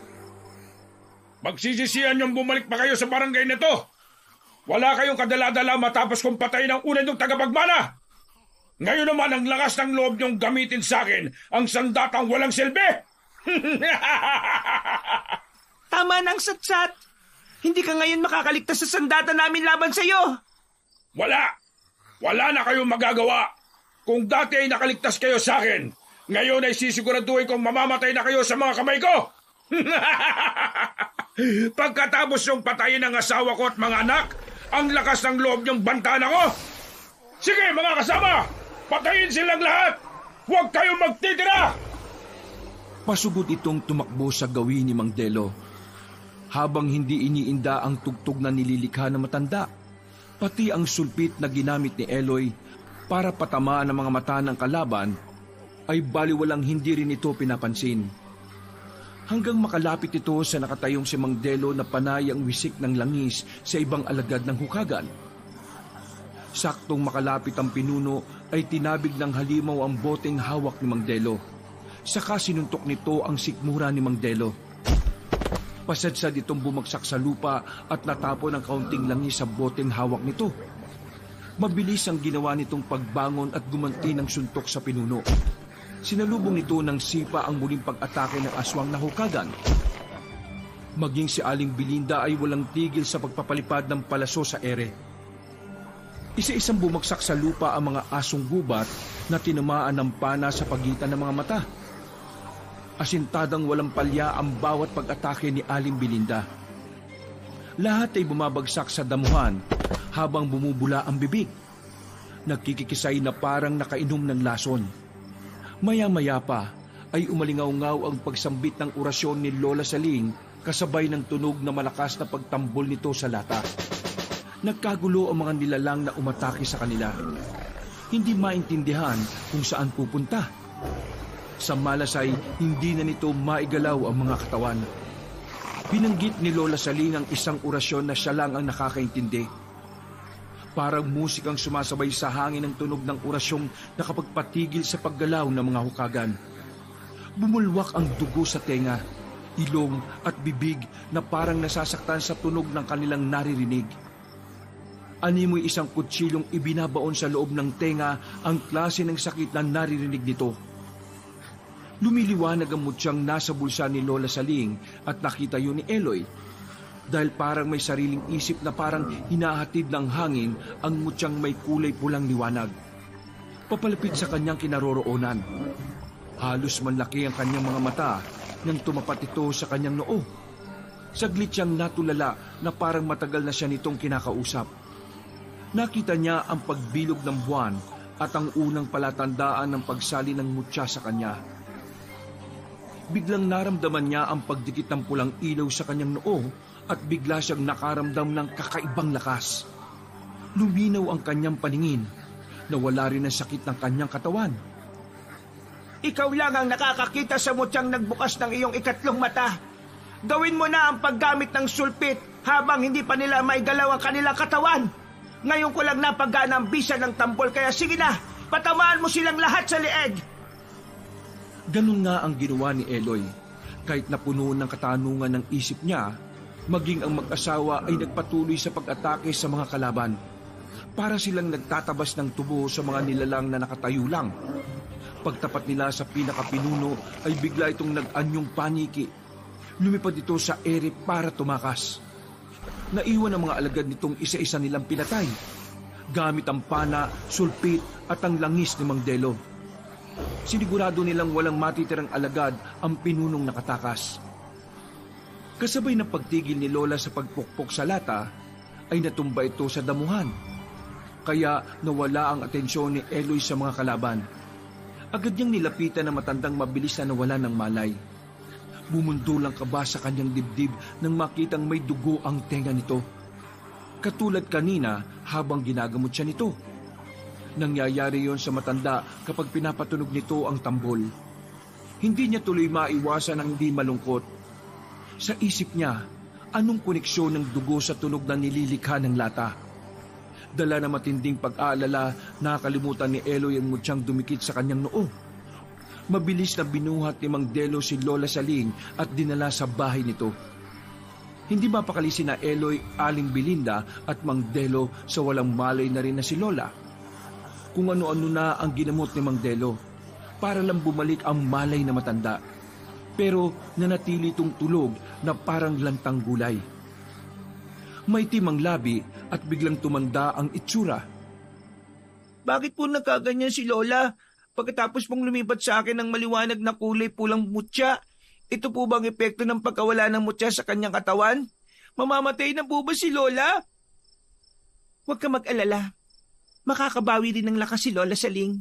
Hindi lang niya kinaya ang pagkawala ng mutya sa kanyang pangangalaga. Sa palagay ko hindi to tungkol sa mutya, kundi sa tunog ng tambol ng lata na narinig niya kanina. Ang ginamit niyang orasyon ang may pinakamalakas na bisa laban sa mga aswang. Bakit naman po maapektuhan si Lola hindi naman po siya aswang? Ang ibig sabihin ni Delo, gumamit siya ng malakas na enerhiya para labanan ng hukagan. Hindi po naapektuhan ng pinuno nila ng orasyon po ni Lola. Hindi ko nga rin alam kung bakit Nagawang makatakas ng halimaw na yon. Nangangahulugan, may pangontra na rin siya na nakuha laban sa tambol. Nasaan nga palang sulpit mo? Hindi mo halos nagamit kanina. Mahinang epekto nito sa mga aswang. Nandito po sa bulsa ko. Wala naman pong bisa ang bala nito sa mga kalaban Muntik pa akong mapahamak ng dahil dyan. Hindi ko nga alam kung bakit ito ang binigay sa iyo ni Lola Saling Hindi itong totoong sandata na may mutya ng buhay. Ano po ang sandata ko? Saka bakit po lumipat sa aking noo yung mutya? May liwanag po siya na sinasabing ako lang daw po ang nakakakita Ang mutyang nasa iyo ay ang pagbubukas lang ng ikatlong mata ng may hawak nito. Ang sabi, nanggagaling daw ito sa mga bulalakaw o di kaya sa ilaw ng alitaptap. Ano naman pong kakayahan ng tataglayin ko? Kakayahan ng 5 senaryo. Halimbawa ng panlasa, pandinig, pakiramdam, paningin at pangamoy. Yan ang nakikita ng iyong mga mata kapag lumiwanag yon. Malalaman mo ang malakas na enerhiyang tataglayin mo kapag nasanay ka na sa pagkakaroon nito. Para naman pong sasabak ako sa matinding laban. Mas matindi pa sa laban na susubok sa tungkulin na nakaatang sa balikat mo. Kapag natapos na ang misyon natin sa baryong ito, pupunta na tayo sa lugar ninyo. Po, babalik po ulit kami sa lugar namin. Pinalayas din kami dun eh. Hindi ko na nga po matandaan kung bakit palagi kami pinalalayas ni Lola. Nakatinginan sila Mang Delo at Aling Belinda dahil sa sinabi ni Eloy. Ilang minuto rin ang itinagal ng pananahimik nilang tatlo. Nang biglang nagising si Lola Saling. Titig na titig si Eloy sa matandang napabalikwas ng bangon, habang habol ang hininga at pinagpapawisan ng noo. Kaya naman, mabilis na lumabas ng silid si Aling Belinda para ikuha ito ng tubig na maiinom. Pagbalik ay may dala na itong baso. Iniabot ni Aling Belinda ang tubig sa matanda, habang nanginginig ang kamay ni Lola Saling na parang hinang-hina ang katawan. Salamat naman po't gising na po kayo. Dinala ko na ulit kayo sa bahay ko para mas magamot ko po kayo ng maayos. Ano bang nangyari? Parang nawalan kayo ng lakas. Gumamit ako ng malakas na orasyon laban sa pinuno ng hukagan. Pero hindi siya tinablan. Paano kaya nila nalaman ang tungkol sa lagusan ng bahay mo, Belinda? Baka po katulad natin ay palim na rin tayong minamatsikan ng mga aswang. Kailangan na po natin magdoble ingat. Sa susunod po, Lola, huwag na po kayong gagamit ng tambol kung mapapahamak lamang po kayo, ha? Pero yun lang ang pangontra laban sa kanila eh. Tama si Delo, Apo. Saka malaki ang may tutulong ng tambol na lata sa atin laban sa mga aswang. Paniguradong mas lalong mag-iingat ang pinuno nila dahil alam na niyang kumpleto na tayo. Lola, yung tungkol po sa naputol na pag-uusap natin kagabi, nasan po ang mga magulang ko? Ha? Hindi ba na dapat inaalaman tungkol sa mga magulang mong umabandon na sa'yo? Tama po ba ako, Lola Saling? Ha? Oo. Huwag na nating hanapin ang mga magulang mo. Sige na, ihanda mo na lang ang mga gamit mo at aalis na tayo bukas. Pero hindi pa raw po tapos ang misyon natin sa baryong ito eh. Huwag mo munang isipin yan. Ang mahalaga, makaalis na tayo dito. Maglalakad lang tayo papunta sa Santa Milagrosa. Wala na tayong pera. Naubos na sa paunti-unti nating panggastos pagkatapos ng nangyari sa atin. Kumusta na nga pala ang mga sugat mo? Bakit ba nagpunta ka ng gubat na mag-isa? Medyo masakit pa po ng kaunti ang sugat ko sa hita. Napatay na po ni Aling Belinda ang mga lagad ng pinuno ng hukagan. Hindi na po ako aalis sa tabi niyo, Lola. Pasensya na po. Kaya sa susunod makikinig ka sa mga sinasabi namin, Eloy. Opo, pasensya na po talaga. Dahil po sa akin, napahamak po si Lola. Umalis saglit si Mang Delo. Pumasok ito sa silid nito. Pagbalik ay may dala na itong mahabang tungkod na gawa sa uway. Kasing tigas siya ng kahoy. Sa dulo ay may kulay pulang tali ang patalim. Isang uri ng sibat na tungkod. Panahon na para ibigay ito sa iyo. Ingatan mo, isa itong sandatang may koneksyon sa mutyang nasa iyo.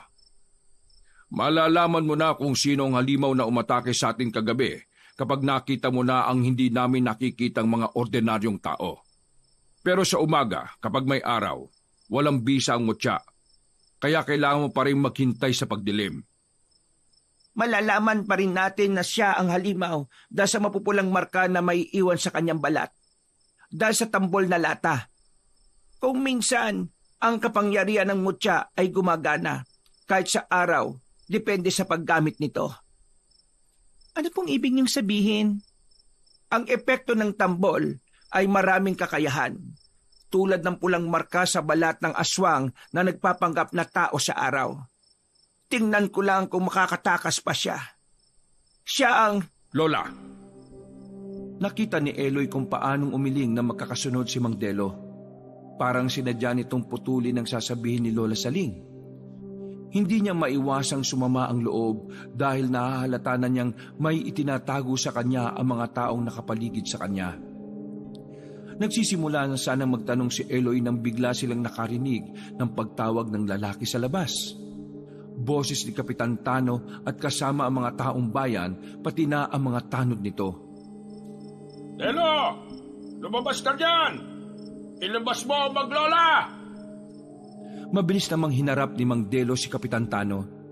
Dahan-dahan ang naging paglapit ni Eloy sa dingding para silipin ang mga tao sa labas. Pumesto siya malapit sa bintana ng balkonahe habang hawak ang sandatang ibinigay sa kanya ni Mang Delo. Bumaba na rin ang nanghihinang matanda sa katre at lumapit sa kanya. Sabay silang nanlaki ang mga mata nang makita ni Lola Saling ang pamumulang marka sa leeg ni Kapitan Tano. Kahit nakasuot ito ng mahabang manggas para itago ang bakas, ay hindi pa rin ito matatakluban ang palatandaan ng epekto ng tambol sa aswang. Kaya alam na nilang nakita rin ni Mang Delo ang markang yon. Ang kapitan nakaharap nito ang totoong nanggigipit sa kanila. Maging ang aswang na umatake sa kanila kagabi ay si Kapitan. Nakuyom ni Eloy ang kanyang kamao. Napuno ng galit ang kanyang dibdib nang maalala ang sinapit nila sa kamay nito. Ito rin ang madalas na nagpapalaya sa kanila. Pinaparatangan sila ng kung ano-ano, pero ito pala ang totoong halimaw. Gusto na nga sana niyang lumabas, pero nahahawakan siya sa braso ni Lola Saling. Huwag muna, Apo. May tamang oras para dyan. Hindi ito ang tamang lugar para ibuhos mo ang galit sa halimaw na yan. Kailan pa po ang tamang oras, Lola? Kapag nabaliktad na naman po niya ang pangyayari, tayo na naman po ang masama. Samantalang siya pong totoong aswang eh. Siya lang pong nakaligtas kagabi, kaya wala pong duda na siya ang pinuno ng mga hukagan. Matindi rin ang galit ko sa hayop na yan dahil pinatay niya ang mga anak ko. Halos nanlaki ang mga mata ni Eloy nang madulas sa matanda sa mga sinabi nito. Narinig niya ng malinaw ang mga salitang binitiwan nito. Isa lang ang anak ni Lola Saling at yun ay ang kanyang ina na matagal nang hinahanap. Hindi mo na po mababawi ang mga sinabi niyo, Lola. Patay na ang nanay ko at patay ang tatay ko. Kasama po ba sila sa pinatay ng pinuno na yan? Oo, pero matagal po kong umasa na totoong hinahanap natin ng aking mga magulang. Pero patay na po pala sila. Yun po ba ang dahilan kung bakit sa tuwing nagtatanong ako ng tungkol sa kanila ay umiiwas kayo? Hindi yun ang totoong dahilan, Apo. Kung ganon, ano po ang totoong dahilan? Huwag na po kayong magsinungaling. Sa halip na sumagot ay lumayo si Lola Saling kay Eloy. Kaya naman magtatanong pa sana si Eloy ay muling naputol ang kanyang sasabihin. Dahil umalingaw-ngawang malakas na boses ni Kapitan Tano habang kausap si Mang Delo.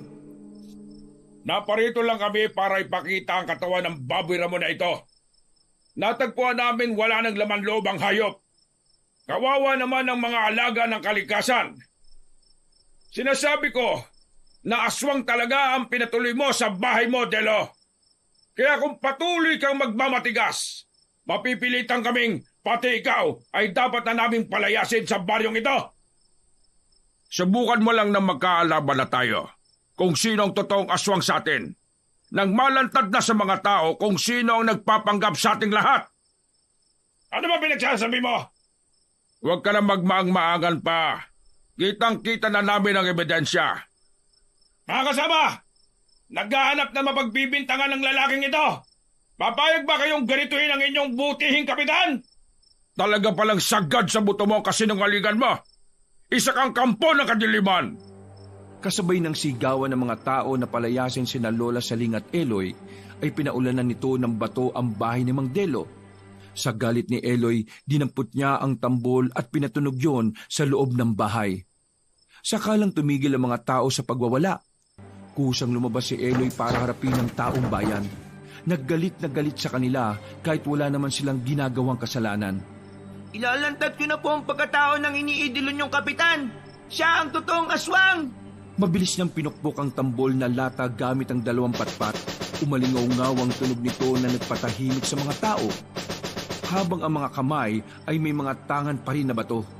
Wag mong gawin yan! Hindi na po ako makakapagpigil sa ginawa mong ito sa amin. Ikaw ang totoong aswang. Walang epekto sa kanyang tambol, Eloy. Huwag mong gawin yan. Baka mapahiyakat, mas lalo silang maghinalang totoo mga paratang sa inyo. Kailangan ko pong sumugal, Mang Delo. Walang ibang maasahan, kundi kami lang po ni Lola.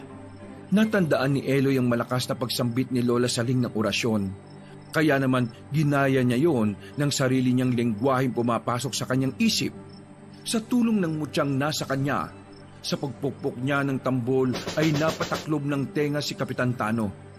Habang sumisigaw, nag-atrasa ng mga tao, nagtataka sa mga nangyayari. Ang mga tanod ni Kapitan Tano ay napahawak na rin sa kanilang mga tenga, namimilipit sa sakit. Naalala ni Eloy ang salitang binitiwan niya kay Kapitan Tano. Sa oras na tirik ang araw, ang magiging palatandaan ng katapusan ng aswang. Kaya itinuloy niya ang pagtugtog. Nagkaroon ng bisa ang tambol. Hindi inaasahan ng mga to ang pagbabagong anyo ng mga halimaw sa kanilang harapan.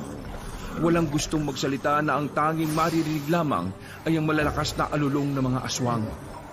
Nagsaan yung taong daga ang mga ito. Habang ang iba naman ay taong paniki. Mga grupo ng hukagan na siyang totoong nambibiktima sa mga tao. Pati na sa mga alagang hayop ng taong bayan. Sinugod ni Kapitan Tano si Eloy na patuloy na nagpapatugtog ng tambol. Hindi niya nailaga ng unang pag-atake nito at tumilapon siya sa harapan ng bahay kasama ang kanyang tambol. Nabitiwan niya rin ang hawak niyang tungkod. Eloy! Tumayo ka, Eloy! Kanya-kanyang sigawan ng mga ito dahil sa takot. Ang ibang may matatapang na loob ay lumaban na rin sa mga aswang na patuloy na nagwawala.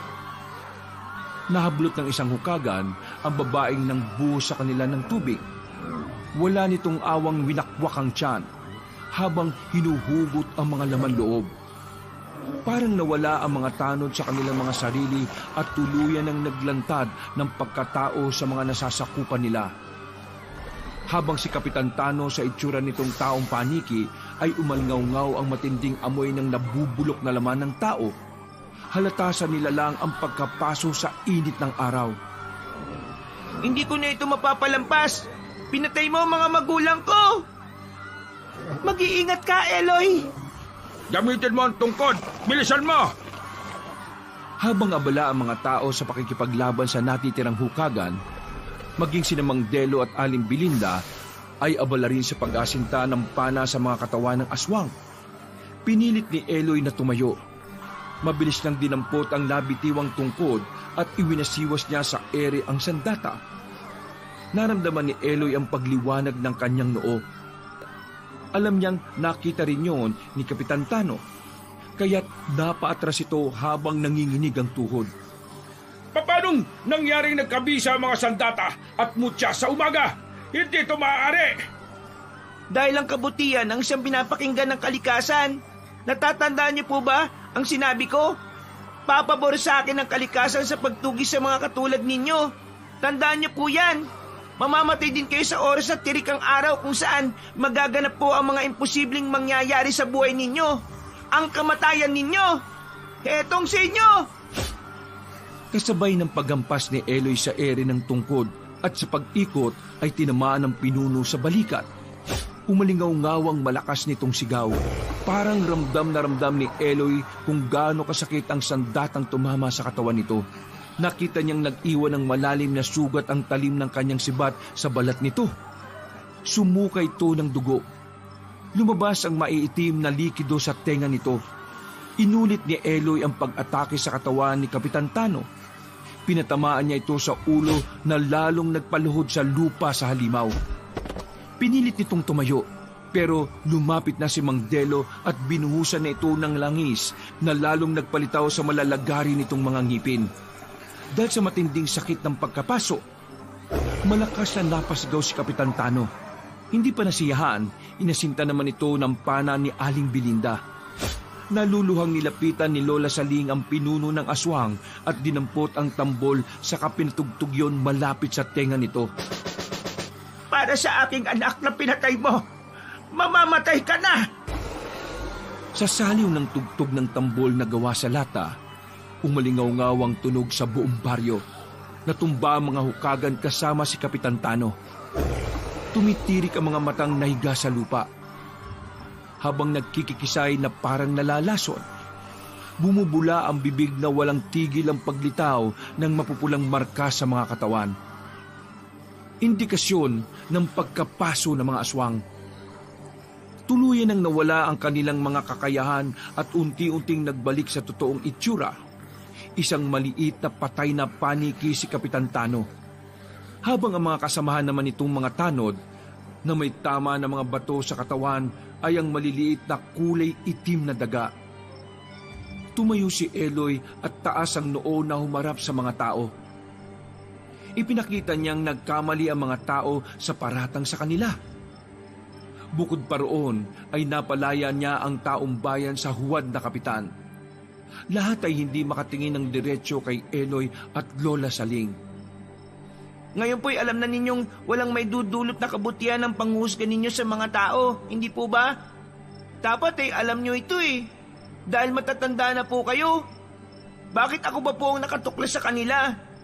Dahil nabulag po kayo sa katotohanan na mas pinaniwalaan po ninyo ang kasamaan. Walang nakapagsalita sa mga tao kundi ang pagbibigay ng pasasalamat at paghingi nila ng tawad ang narinig ni Eloy. Isa-isang dinampot ni Eloy ang mga gamit lalo na ang tungkod. Saka nauna sa paglalakad para lisanin na ang lugar ng Santa Ines. Tahimik na sumunod sa kanya si Lola Saling, maging sina Aling Belinda at Mang Delo. Parang nakahalata sa pagiging tahimik ni Eloy. Ilang oras silang naglakad sa pagbaybay ng daan sa kagubatan. Pasado 3:00 na ng madaling araw nang marating nila ang karatig na baryo ng Santa Milagrosa. Ang lugar kung saan siya isinilang. Pagdating nila sa maliit na daan kung saan kaliwat kanan ang mga nakatayong bahay na gawa sa dahon ng anahaw at kawayan, tahimik dahil tulog na ang mga tao. Tanging ang pagtahulang ng mga asong nakatali ang maririnig dahil sa presensya nila.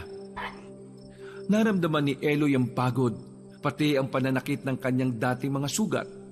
Pero pinilit niyang maglakad. Walang gustong unang magsalita. Nakikiramdam sila at hinihintay kung saan sila titigil sa paglalakad. Hindi pa siya handang makipag-usap sa matanda. Alam niyang ang bahay nila ay nasa gitna ng bukid. Napataniman ng mga gulayin. Pagdating nila doon, ay marami nang namatay sa kanilang mga tanim, na malungkot din ang itsura ng bahay na nawala ng taong nakatira. Parang walang buhay. Diretso siyang pumasok sa dati niyang silid. Pagod ang katawang humiga sa lumang katre. Narinig niya ang pag-uusap ng tatlo sa sala. Hayaan na muna natin makapagpahinga. Hindi madali sa kanya ang tanggapin ng mga nangyari. Sa edad niyang yan nakaranas na siya ng kalupitan ng mga tao. Karasan sa kamay ng mga aswang. Magpahinga na rin po kayo, Lola Saling. Mas kailangan ninyong maging matatag. Alalahanin po ninyong mahina na kayo dahil wala na sa inyong mutya. Meron pa tayong mas kailangang paghandaan. Kailangan nating maihanda si Eloy sa pagdating ng panibagong pagsubok sa kanyang buhay. Dala na matinding pagod ni Eloy sa paglalakad, agad siyang nakatulog ng mahimbing. Panatag ang loob na wala ng mga taong magpapalaya sa kanila dahil lalaban na siya. Kinabukasan, may hinang yugyug sa balikat ang tuluyang nagpagising kay Eloy. Pagmulat niya ng mga mata, ay si Lola Saling ang nakita niyang nakatunghay sa kanyang mukha. Napansin niyang tumanda na ang itsura nito. Parang nawala ang tampon niya sa matanda at nayakap niya ito ng maigpit dahil sa awa na labis namang ipinagtaka ng matanda. Bakit apo? Nananaginip ka ba? Humingi lang po ako ng pasensya dahil sa naging reaksyon ko po kahapon. Nabigla po ako at sumama ang loob ko. Huwag kang humingi sa akin ng tawad, apo. Marami ka pang hindi nalalaman sa totoong mga nangyayari sa paligid mo. Ngayon pa lang ay humingi na ako sa iyo ng tawad. Tandaan mong mahal na mahal kita, apo. Wala kong ibang hinangad kundi ang mapangalagaan ka. Tandaan mong mahal na mahal ka rin ng mga magulang mo. Kung sakaling dumating na ang oras na kailangan mo na silang harapin, lagi mo silang iisipin na naging mabuti silang tao bago sila nagkaganon. Napatanggal sa pagkakayakap si Eloy at seryosong napatingin sa mukha ng matanda.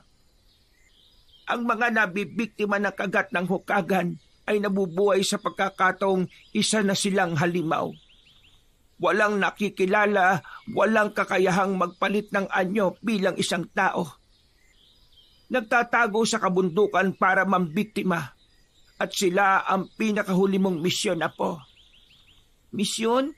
Ano pong misyon? Tungkuling pigilan ang mga magulang mong matapos mamatay ay naging aswang.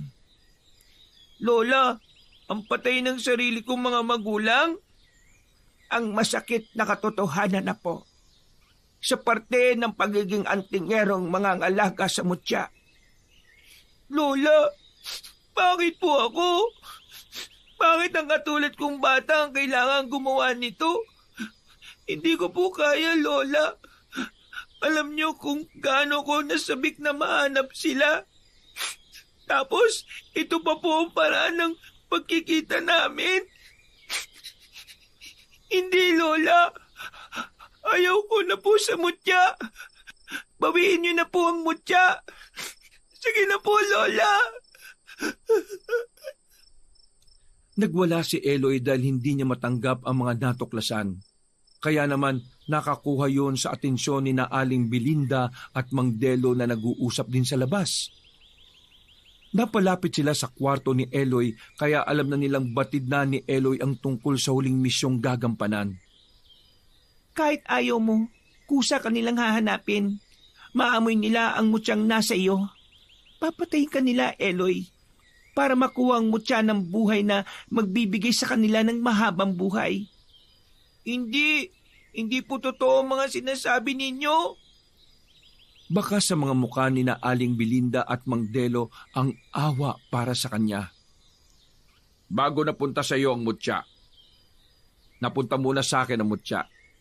Katulad mo, pinatay rin ang mga aswang ang mga magulang ko. Sadya silang nabubuhay para bawiin ang mutya na naging dahilan ng maaga nilang kamatayan. Para silang mga amalanhig. Ang pagkakaiba nga lang nabibilang sila sa pangalawang sali ng aswang na hukagan. Kaya alam ko kung gaano kasakit.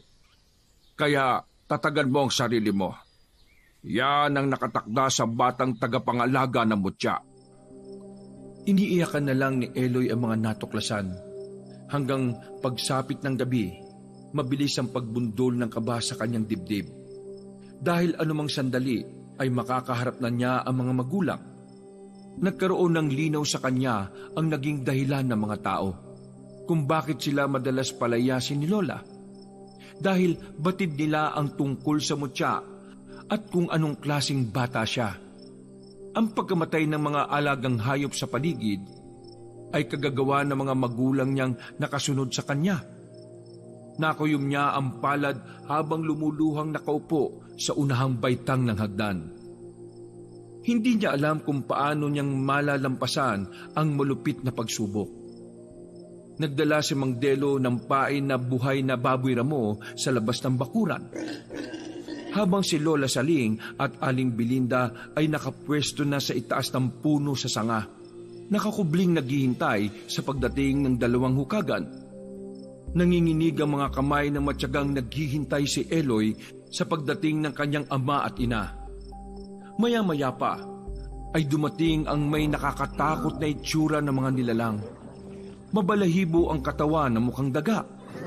Malalaman lang na babae ang hukagan dahil sa mahaba rin ang buhok nito. Nakangising dahan-dahang lumapit ang mga nilalang sa pain. Pinuntirya agad ang nakatayong baboy ramo sa bakuran. Napatayo si Eloy habang nakahanda ang pana ni Aling Belinda na kumakain sa katawan ng pain nila. Dumapa ang dalawang halimaw na parang gutom na gutom at walang alam sa presensya nila. Hindi mayakbang ni Eloy ang mga paa palapit sa kanyang mga magulang. tumulo ang masaganang luha sa kanyang mga mata. Nay? Tay? Natigil sa paglapa sa katawan ng Baboy Ramo ang dalawang nilalang na tinawag niya. Ngumisi itong may tumutulo pang sariwang dugo sa bibig. Sabay tapon sa kapirasong laman ng hayop at mabilis siyang sinugod. Tama ang matanda. Hindi na ito nakakakilala dahil sa isip nito ay mga halimaw silang dapat patayin ang may hawak ng mutya. Lumabang ka! Huwag kang paapekto sa isiping mga magulang mo sila. Papatay ka nila. Hindi na sila mga magulang mo. Iniumang ni Eloy ang hawak na tungkod sa mga kalaban habang iniisip na hindi na sila ang mga magulang. Unang sumugod ang kanyang ama na umaangil na parang paniki. Umikot siya, tinampas niya ng tungkod ang nilalang. Sumunod naman ay ang nanay niyang muntik siyang makalmot sa dibdib.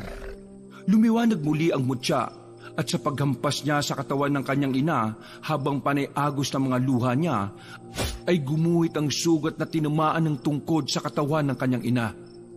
Nag-iwan yun ng malalalim na marka na parang walang tigil sa pagbulwak ng masaganang dugo. Lalo na magsimulang magpatugtog si Lola Saling ng tambol, habang si Aling Belinda naman ay pinuntirya ng pana ang ulo ng kanyang ama. Sinabayan ni Eloy ang pangalawang hampas ng tungkod sa ulo nito. Lumabas ang dugo sa bibig ng kanyang ama. Hindi na niya magawang tuluyan ang mga ito dahil napahagulgol na siya ng iyak. Nabitiwan ni Eloy ang kanyang tungkod na napaluhod sa lupa. Kaharap ang mga nakahandusay na mga magulang. Habang pinipilit na bumangon para umatake ulit, pero dahil sa mga tama nito sa katawan at sa naririnig na tambol, lalong nagkikisay ang mga ito sa sakit. Nay! Tay! Bakit ako ba? Bakit po? Patawarin niyo ako, Tay! Nay! Umalingaw-ngaw sa buong bukid ang malakas na pagagulgol ng iyak ni Eloy. Habang nilalapitan ang wala ng buhay na katawan ng mga magulang, yakap ang kanyang ama at ina. Kahit amoy nabubulok na laman ng taong katawan ng mga magulang, ay isa-isa niya itong hinalikan sa noo. Sa isip niya ay napakalupit ng mundo sa kanya. Pero nang maalala niyang kasama yon sa kanyang tungkulin bilang isang batang tagapangalaga ng mutya ng buhay, ay tinanggap niya ang malaking kasawian sa magulang. Lumapit sa kanyang kinaroroonan sina Aling Belinda at Mang Delo. Umiiyak itong lumuhod sa tabi niya. Bilang bagong tagapagbantay sa mutya, kami muna ni Belinda ang tatayo mong mga magulang. Lakasan mo ang loob mo, Eloy. May tao pang natitirang nagmamahal sa iyo. Ito ang dahilan na po kung bakit kailangan kong itago sa iyo ang buong katotohanan. Kung bakit kailangan nating magpakalayo-layo para hindi dumating ang oras na kailangan mo nang harapin ang totoo mong mga magulang. Kaya sila namatay dahil sa pagprotekta nila sa iyo. Hiniling nilang gamitin mo sa kabutihan ng mutya. Tanggapin mo ng maluwag ang mutya sa iyong katawan. Pinagmamalaki kita, apo ko. Pinagmamalaki kita. Lola? Muling napahagulgol ng iyak si Eloy. Bigla rin ang paglaho ng liwanag sa kanyang tungkod at noo. Tumayo siya at pinagmasdan ang nakahandusay ng mga magulang. Binigyan nila ng maayos na libing ang mga ito, kasamang tambol sa ibabaw ng puntod. Nagtanim din sila ng mga namumulaklak na halaman sa gilid ng pinaglibingan bilang tanda ng maayos nilang pamamaalam dito. Hindi na umalis sina Eloy at Lola Saling sa bukid. Ipinagpatuloy nila ang pagtitinda ng mga gasera bilang tanda ng pagbibigay liwanag sa madilim na bahagi ng kanilang buhay. Nakilala si Eloy bilang isang mahusay na antingerong tagatugis sa mga aswang, kaya bumalik sa dating katahimikan ng baryo. Si Eloy din ang binansagang kauna-unahang batang tagapangalaga ng makapangyarihang mutya. Hindi na sila ang maglolang pinalalayas sa mga baryo. Wakas.